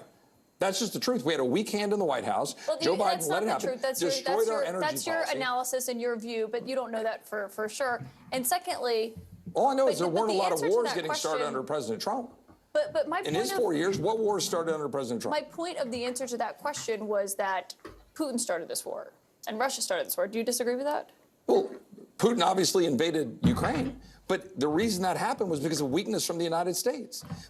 Our foreign policy matters. When we absolutely give away the field on energy, when we make bad decisions in terms of who we're siding with around the globe, and we strengthen the hand of Putin, then he walks into Ukraine, then we throw money at Zelensky and say, okay, here you can have all the resources you need to keep funding a war, which, but where was Europe in a lot of that? Yes, I know they contributed some, but we were funding the lion's share of that. And then you wonder, well, why is this getting perpetuated when Ukrainians are dying and now they can't even recruit enough people to fight the war? I'm not going to argue this point, but it is well known that Putin has long believed that Ukraine is part of Russia. He does not think Ukraine is a sovereign nation. He thinks it belongs to him. That was his position long before Joe Biden took office and they started amassing troops. And for the 4 years of President Trump, he didn't go into Ukraine, did he? And look, again, your policy. But he didn't give Crimea back, did he? Well, but you wonder whether or not you're going to have a war. But did he give Crimea? He didn't give back the other land that he had taken illegally when Obama was in office. That raises the issues under Obama. The point is, when you have weakness in the United States, you have weakness in the White House, then you're going to have people around the globe who act, and people are saying, well, he loves to side with Putin. No. President Trump wants to make sure we have a strong America that is siding on the side of righteousness, but to deliver results. If you have a ceasefire here where we can get to the table instead of having Ukrainians getting killed because we're fueling a war that Zelensky nor European leaders have ever given us a path to success, the president is, I'd like to know, where does that... It's time for peace, folks. And it's the reality that the mainstream media refuses to acknowledge is that this war started under Biden's watch, not Trump's. As Congressman Chip Roy correctly pointed out, Biden destroyed our energy policies and empowered Russia. Now, Trump isn't just cleaning up Biden's disaster, he's turning it into an American victory. And this Ukrainian mineral deal, it proves what Trump has always said. America should never send billions abroad without getting something in return. I mean, I'm against sending billions abroad just altogether. All right? At least now we're finally going to see something in return for all that money. While Biden sent blank checks, Trump secures valuable mineral rights that will benefit American industry and technology for decades. So the evidence is clear. Trump's tough negotiation strategy works. So here's the question that nobody will ask, and you guys can weigh in the comments. If Trump can transform a losing war into a profitable mineral deal in just 6 weeks, what else might he accomplish in 4 years? So head on over to shop.nextnewsnetwork.com. Grab a mug, grab a hat, grab a t-shirt, and it's linked down below, shop.nextnewsnetwork.com, and perfect your morning coffee. All right, let's see. We have any more super chats? I think I saw some that had come through. Let's check in. Okay, we got Ronnie Lee dropping $10. What's up, Ronnie Lee? Thank you for that. And then we have Dwayne Wright, who has just become a member. And Brian, I thank you for putting that up on the screen for me so I can keep track. Perfect idea. Well executed, sir. All right, let's get into our next topic of the evening. And okay, so let me pull up, get this thing queued up for you guys. Okay, let's see here. Okay, what are you guys saying? I need a tote bag, says Connie. We'll check it out. I think we got some tote bags. Just a girl. Is Alex Jones on steroids? Sure, you. Quite the early start. Yes, it was a late night. And one thing we didn't want to do is compete with the compete with the State of the Union address tonight. The joint address to Congress really is what it is. It's not really an official State of the Union address. So we want to get this show done, and so you guys can enjoy the State of the Union, so that I can watch the State of the Union and address it correctly. And I've got something else lined up for you guys, so keep your eyes peeled for this evening. Make sure you're subscribed so that you can be the first to know. All right, I'm ready to jump into this when you are, Brian, and we'll move forward. Did Fetterman wear a suit to meet Trump? Probably not. Probably not. What do you guys think about this set? You guys like it? Pretty cool? Yeah, I like it. Okay. My friends, border security isn't just about illegal immigration. It's about American lives. Shocking statistics reveal that we've lost almost twice as many people per year from fentanyl as we lost in the entire Vietnam War. It's not just a crisis, it's a national emergency. And President Trump's decisive action implementing tariffs on Canada, Mexico, and China is targeting the source of this deadly poison that's flowing into our communities. Well, the Biden administration spent years wringing their hands and claiming they needed congressional approval to secure our border. Trump solved the crisis in just 6 weeks. No bill needed. Promises made, promises kept. And while President Trump battles fentanyl at the border, countless Americans are battling pain in their daily lives. Just as Trump's tariffs target the source of deadly drugs, Canalidine targets your pain-added source. While Biden's open borders let in dangerous substances, medical experts have discovered this 100% natural drug-free solution that optimizes your body's own pain-fighting endorphins. And the border crisis, yes, it destroys American lives through fentanyl, but your personal pain crisis doesn't have to continue. Over 1 million Americans and professional athletes have already embraced Canalidine's power. Unlike the fentanyl pouring across our border, Canalidine is legal worldwide, it's certified drug-free, and it's non-addictive. Experience freedom from pain just as Trump is freeing our border from crisis. Visit trycano.com/NNN today, and it's linked down below. Okay, let's get into this right now. This is 24 hours ago. We're learning that says Orange County Sheriff. We've been working with our partners at the Osceola Sheriff to take down a group of Colombian nationals committing residential burglaries, targeting the homes and apartments of business owners while they're at work. We believe they're responsible for a series of residential burglaries in Osceola and Orange County. Taking down this group required extensive investigation and surveillance. February 21st, a group of suspects drove into an apartment complex near Universal Boulevard and Sand Lake Road, kicked in the door of an apartment, burglarized the residence. Detectives followed that group, and they were apprehended in an apartment complex near Vineland and Conroy Roads. It was discovered at the jail that 2 of the suspects had ICE deportation warrants and are working with ICE to determine whether state immigration charges are warranted. Residential burglaries. Look at me. Driver, put your hands up, do it now! In February, we began working with our partners at the Osceola County Sheriff's Office to take down a group of Colombian nationals who were committing residential burglaries. Look at me.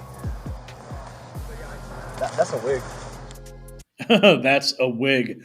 Yep. Well, it looks like they finally caught this crime ring, and that's all part of this new administration and the coordination with ICE and local law enforcement.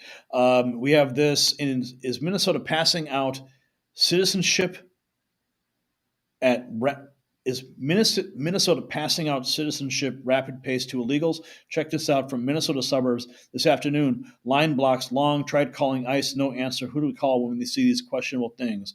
And what is this? Naturalization ceremony door 3. What's going on? I mean, if they're having a naturalization ceremony, theoretically, it should be like a legit one. So people are concerned right there. We're going to continue tracking things down. We have this County of San Diego staffer named Tammy, whose job it is to protect children from abusive parents, sent an email to employees offering a group that warns illegal immigrants of ICE.gov raids, claiming they're afraid to go to work or send their kids to school. The kicker, the email signature says Americans live on occupied lands. Oh my goodness. Yeah. Americans live on occupied lands. So why did you come here? Yeah. Believe it. We got this. Just over a month into office, U.S. President Trump has ordered ICE and other law enforcement to ramp up raids on undocumented immigrants following a campaign promise of mass deportation. ICE raid of New Jersey kebab restaurant rattles the local community. I guess you're going to be short on kebabs this week, guys. I'm sorry about that. But hey, that's where we're at. Here we have leader John Thune on President Trump's tariffs on Canada, Mexico, and China. Listen in. In the entire Vietnam War. Look at the way fentanyl has impacted this country. We've lost almost twice as many people per year from fentanyl as we lost in the entire Vietnam War. I mean, this is a crisis, and the president's trying to address it. I think that the tariffs are, in my view, a means to an end, not the end itself, and hopefully it's something that can be temporary in nature, but there is clearly, on his part at least, an attempt to use these in a targeted way to achieve and accomplish something that I think a lot of the Americans expect him to address. Look at the way fentanyl has impacted this country. And thankfully, these tariffs and the immigration and customs enforcement is going to shut all this down. Promises made, promises kept 6 hours ago.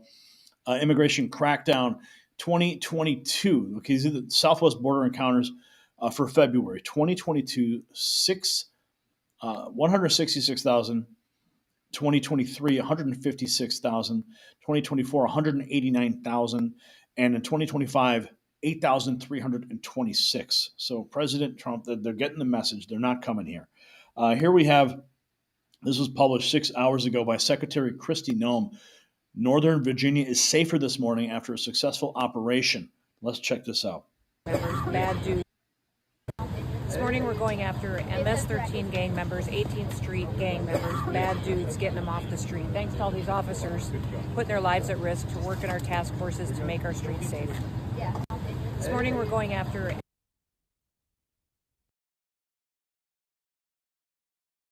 And Kristi Noem right there in full glam makeup going on an ICE raid. Real, man.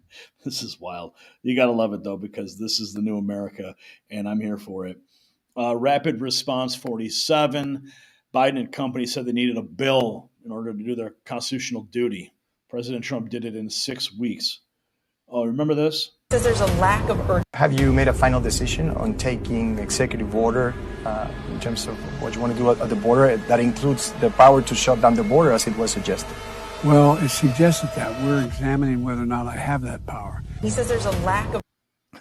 Whether or not I have the power. Well, now we know that he did have the power and he did nothing. Insurrection Barbie, a picture is worth 1,000 words. U.S.-Mexico border encounters plummeted in February under Trump. As you see there, another representation of that massive drop.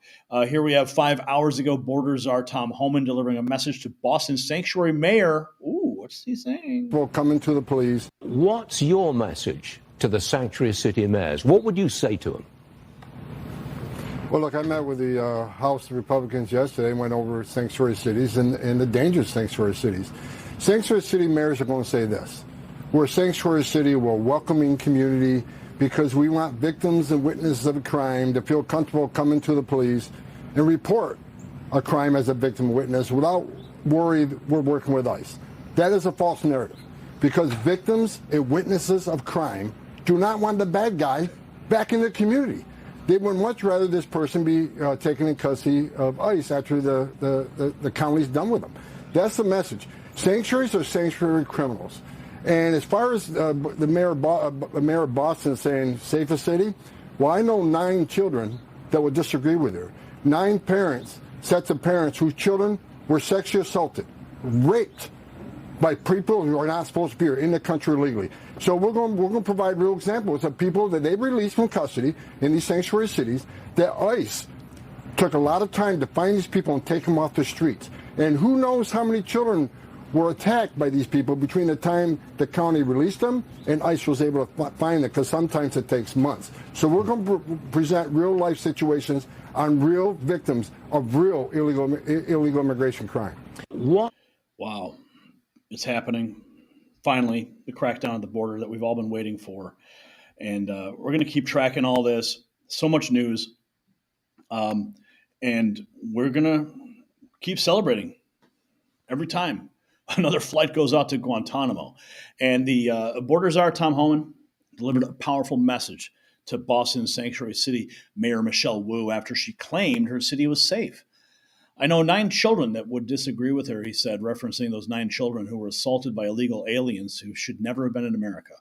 In Northern Virginia, successful operations are removing criminal aliens and gang members from our streets.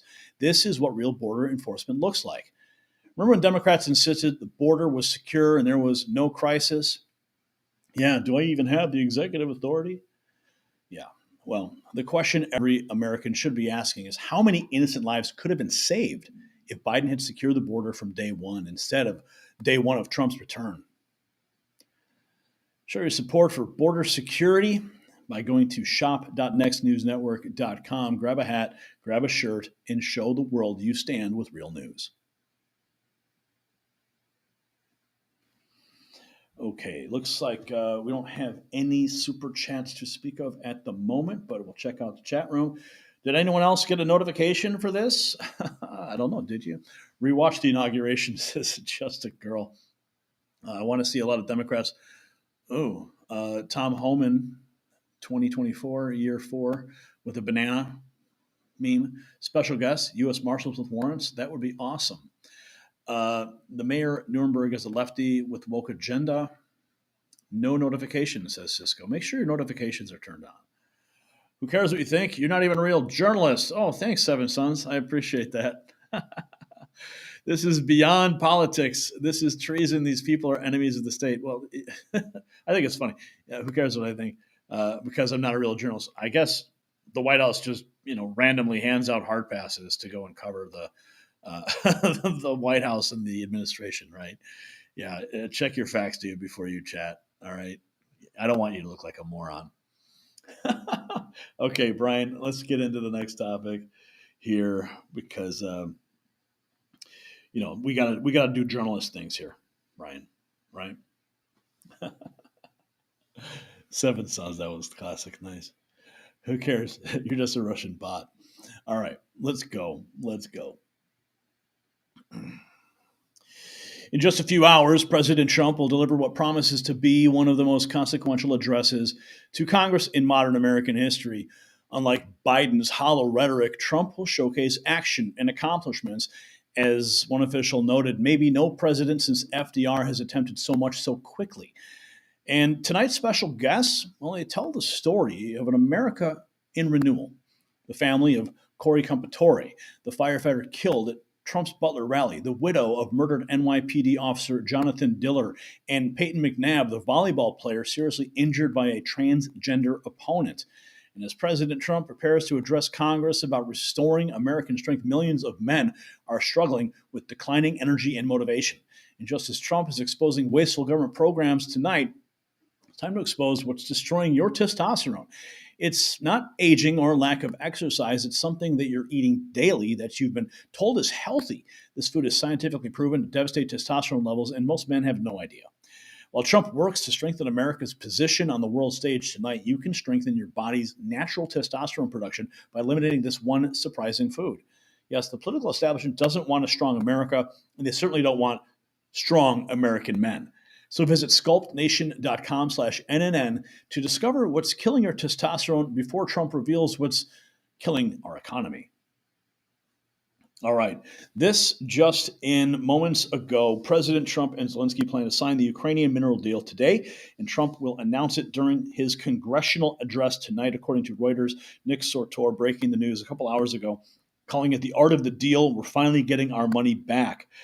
We also have this. The president, this is 8 hours ago, President Trump and the First Lady are honored to host the family of Corey Compatore and more. Let's listen. It will be in attendance.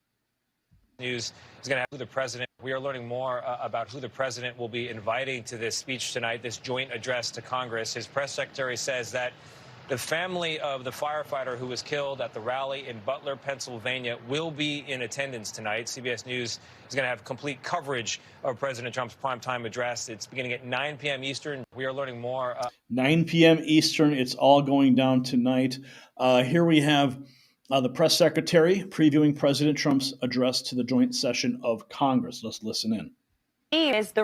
We're so excited. It's a big day and it's a big night for President Trump, and we know he's going to give a fantastic speech. The theme is the renewal of the American dream, and the renewal of the American dream is underway already. Look at all that President Trump has accomplished in his first month as president. He's going to highlight some of those accomplishments. He's also going to talk about his plans to fix the economic mess that was created and left for him by Joe Biden in his administration. He's going to dive into foreign policy, talk about his intention to end the war in Ukraine, talk about his plan to bring all of the hostages out of Gaza home. And he's also going to make an ask of Congress tonight. We need more border funding to continue with these deportations that have been incredibly successful because of the efforts of this administration, but we need more resources. We're so more resources will help accelerate the deportations.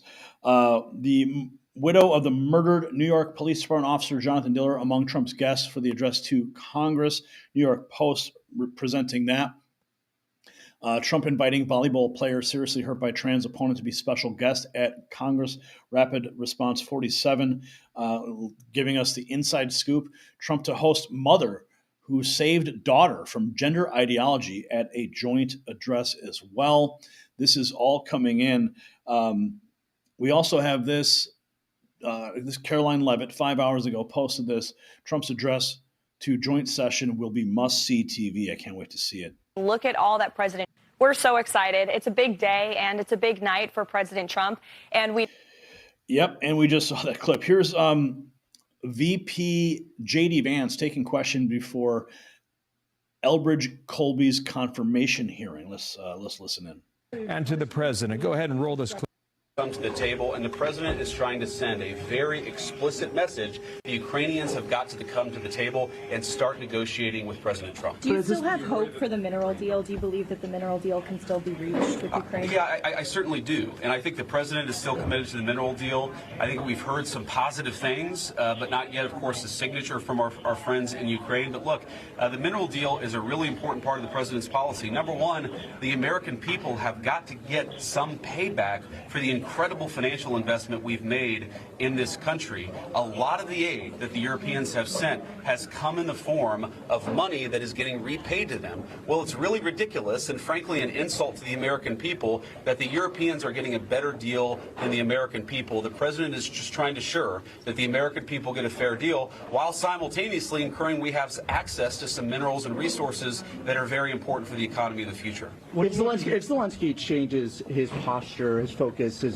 gratefulness, as you guys have talked about, would there be a consideration of bringing the aid back on, or is that an indefinite pause, a long-term pause? Do you see it? Now, look, the president has been very clear he wants the Ukrainians to come to the negotiating table. I think when the Ukrainians come to the negotiating table, everything is on the table. What do you need to see from President Zelensky? Look, I think the most important thing, a lot of people have made this about public statements. President Zelensky needs to say that he's committed to the peace, or President Zelensky needs to apologize to the president.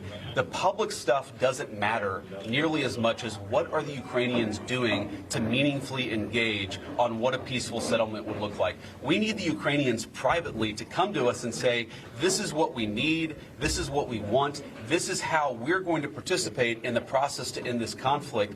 That is the most important thing, and that lack of private engagement is what is most concerning to us. President Trump said that. There's a lot of pressure on Ukraine, but not much pressure on Russia. Do you expect to do maybe more sanctions on Russia or any other steps to pressure both sides if you want to have them on the negotiation table? Well, I don't think that's right, actually. I mean, we still have a number of sanctions that are placed on the Russians. We do believe that the Russians economically are struggling because of this conflict. We do believe that it's in Russia's best interest, but also Ukraine and the United States' best interest to bring this conflict to a close. So we believe in applying pressure to everybody to stop the killing, because that's what the president's policy is, and that's what's in the best interest of the American people. President Trump characterized it as a deal being a long way away. You just said if the Ukrainians came privately to the negotiating table, I could get things moving. What are we talking about timeline here? Like, how fast can we get things back on track? President Trump said that, or President Zelensky said that? I believe that President Trump had characterized it as being a deal being a long way away. So I know that President Zelensky said that, but what I think the president has said is that we can make a deal here. The Russians can't continue this thing forever. The Ukrainians can't continue it forever. And most importantly, the United States can't continue it forever. Look, there are a lot of details to be worked out. There are a lot of questions about territory, about everything else. We want to have that conversation. We're not saying that we're committed to one pathway or another. We're just saying you can't even bring the peace to the forefront if the Ukrainians aren't willing to negotiate in good faith. And right now, they haven't been able to, haven't been willing to. Hopefully that changes. Do you think? And apparently is going to change because the deal is going to be signed and Trump is going to announce it. Huge announcement at the State of the Union or the joint session of Congress. What else have we got here? Secretary Vance. Over the medium term, it's a focus on Main Street. Wall Street's done great. Let's listen to him talk about our economy. But we have over the medium term, which is what we're focused on. It's a focus on Main Street. Wall Street's done great. Okay, so for context, Trump, you see on the screen, Trump expected to highlight economic wins tonight, and there's quite a few, despite what the Democrats would have you believe. Wall Street can continue to do fine, but we have a focus on small business and the consumers, so we are going to rebalance the economy. We're going to bring manufacturing jobs home. We are going to continue the surge in small business confidence that was at a record level when President Trump came in. We're cutting red tape, we're cutting regulations, and we're going to get bank lending going again. Get bank lending going again, making our economy great again. A lot of things we can expect tonight. What else have we got? President Trump to tout. Well, let's hear. This is from CBS. President, so while a typical joint address might be a somewhat boring, somewhat somber list of goals from a new president, you can expect President Trump to instead tout action, accomplishments. And there's been a lot of that, to be honest with you. I mean, maybe no president since FDR has attempted so much so quickly. So while listen, they have to admit it. Yeah, so we've got this. It's going to be an amazing event tonight. I am looking forward to it. And,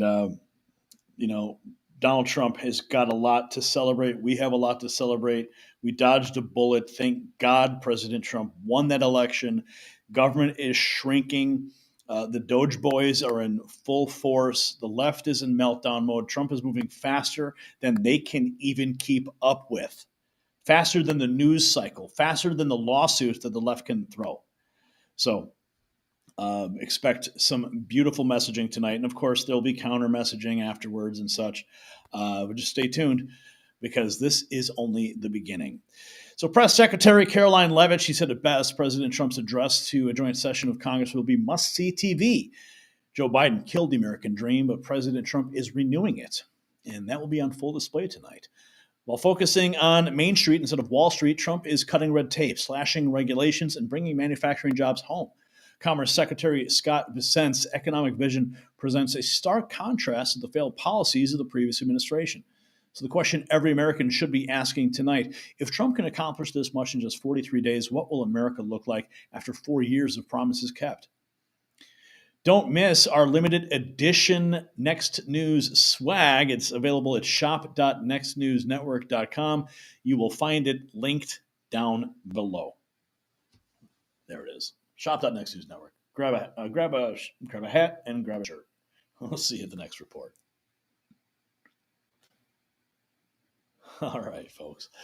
Okay. One wounds are us. Drop in $10. You should be honored that the jackass said you are not a journalist. Being honest and having integrity is much more valuable. Well, thank you for that. $10. Let's check in. That was from a Rumble. That was a Rumble viewer. Right on. Exciting stuff right there. Let's check in on the main chat here. We want to see them go to jail. Will she tear it in half? Sure, I like you. Gary's the man, says Drew H. Freedom. I don't trust having Americans mining those minerals in Ukraine. Feels like a setup. Interesting. Yeah, because they've become targets. But I don't think that Putin's got the balls to attack like that. Bill Hussaini, Wells Fargo only pays 0.01% in interest on your account. Clinton for prison, put them all in the same cell, Mr. Bojangles. Gary, I want stop the killing Chicken tea. All right, we can work on that. Nitro burp. Whose side are you? Oh, whose side are you on? Oh, no, do that to me. I don't know. How can Dems skip Trump's speech tonight? That's disrespect. Well, I guess it leaves more room for people who care, and it also exposes them for who they are. Nancy Pelosi's liver would be great to watch your interview. You interview Schiff, Mad Maxine, AOC, or any of the leftist lunatics. Yeah, I don't think they have the courage to come and talk with me. F the Democrats is just a girl. I believe that Lewinsky is the devil in disguise. Lewinsky? How do we get on Lewinsky? All right, real quick, we're going to check in on the main feed and see what's breaking at the moment. Let's check this out. Going to our big chat. Here it is, the big chat. We need a full independent investigation about what happened in the run-up to the fires, and we need it now. Yes, people still asking huge questions about what happened in LA. It would look like a coordinated arson attempt. Not an attempt, a coordinated arson attack. Bass aides were warned of growing fire danger before she flew to Ghana. Stephen L. Miller, 3425 versus Media Podcast on Substack. Best documentary, what? Behind this year's documentary, Bill Murray has a go at Bob Woodward on Rogan. Democrats are planning to disrupt Trump's speech today in a huge way. They should be thrown out immediately. Oh, they just embarrassed themselves. Florida launching criminal investigation into Andrew and Tristan Tate. They've secured subpoenas and warrants. Oh, wow. And then we've got, this is from the Florida Attorney General, says he's opened criminal investigation of the Tate brothers. Lara Logan is staggering, but she still thinks people give a rat's ass what he has to say. The only thing left for him is to say publicly is I'm guilty when he's charged with treason and sedition. The current state of the left, Zoom calls on shows no one watches, demanding President of the United States resign. Yeah, who cares? All right. So where are we at? Tonight's a big night. So, ladies and gentlemen, what we've witnessed is nothing short of extraordinary. In just 43 days, President Trump has initiated what may be the greatest American comeback story of our lifetime. The breaking news of Trump and Zelensky signing a Ukrainian mineral deal today, according to Reuters, set to be announced during tonight's congressional address, is the perfect example of Trump's America First approach in action. After sending billions with nothing to show for it under Biden, Trump has secured valuable mineral rights that will benefit American industry and technology for decades. It's not just diplomacy. It's the art of the deal on the world stage. We've seen how Trump's approval rating has soared to 54% despite the media's desperate attempt to convince you otherwise. The Taiwan semiconductor investment of $100 billion and now this Ukrainian mineral deal are not just economic wins, they're strategic victories that strengthen America's technological independence and national security. This is what happened when a president puts America first. We've exposed how President Trump and Elon Musk are systematically dismantling the corrupt deep state apparatus that's been bleeding taxpayers dry for decades, from uncovering potential bioweapon development in Ukraine to canceling wasteful DI contracts worth over $1.4 billion. The swamp creatures are finally being dragged into the sunlight. We revealed how President Trump has achieved in 6 weeks what the Biden administration claimed was impossible without legislation. Securing our border and implementing tariffs to combat the deadly fentanyl epidemic as well. No bill needed, promises made, promises kept. And, of course, we previewed tonight's historic congressional address where Trump will showcase action and accomplishments with special guests who represent the very heart of America's struggle and triumphs. And now we know we'll also be announcing this landmark mineral deal with Ukraine. But none of this reporting would be possible without your support. The mainstream media wants to silence voices like ours, which is why we need your help to continue bringing you the unfiltered truth. If you value what we do, please consider donating through the links in the description below. I want to thank all of our viewers who sent in super chats and rumble rants tonight, and we're at $21.97. Kind of low, but hey, we appreciate every single penny because it all adds up. Your support and engagement are what make this show different. Real people, real conversations, and no censorship. And don't forget to visit our merch shop at shop.nextnewsnetwork.com. Our exclusive limited edition Next News swag is selling fast, and there's no better way to show the world where you get your real news. And remember to tell a friend about the raw feed. Share this episode, spread the word The more Americans who hear the truth, the stronger our nation becomes.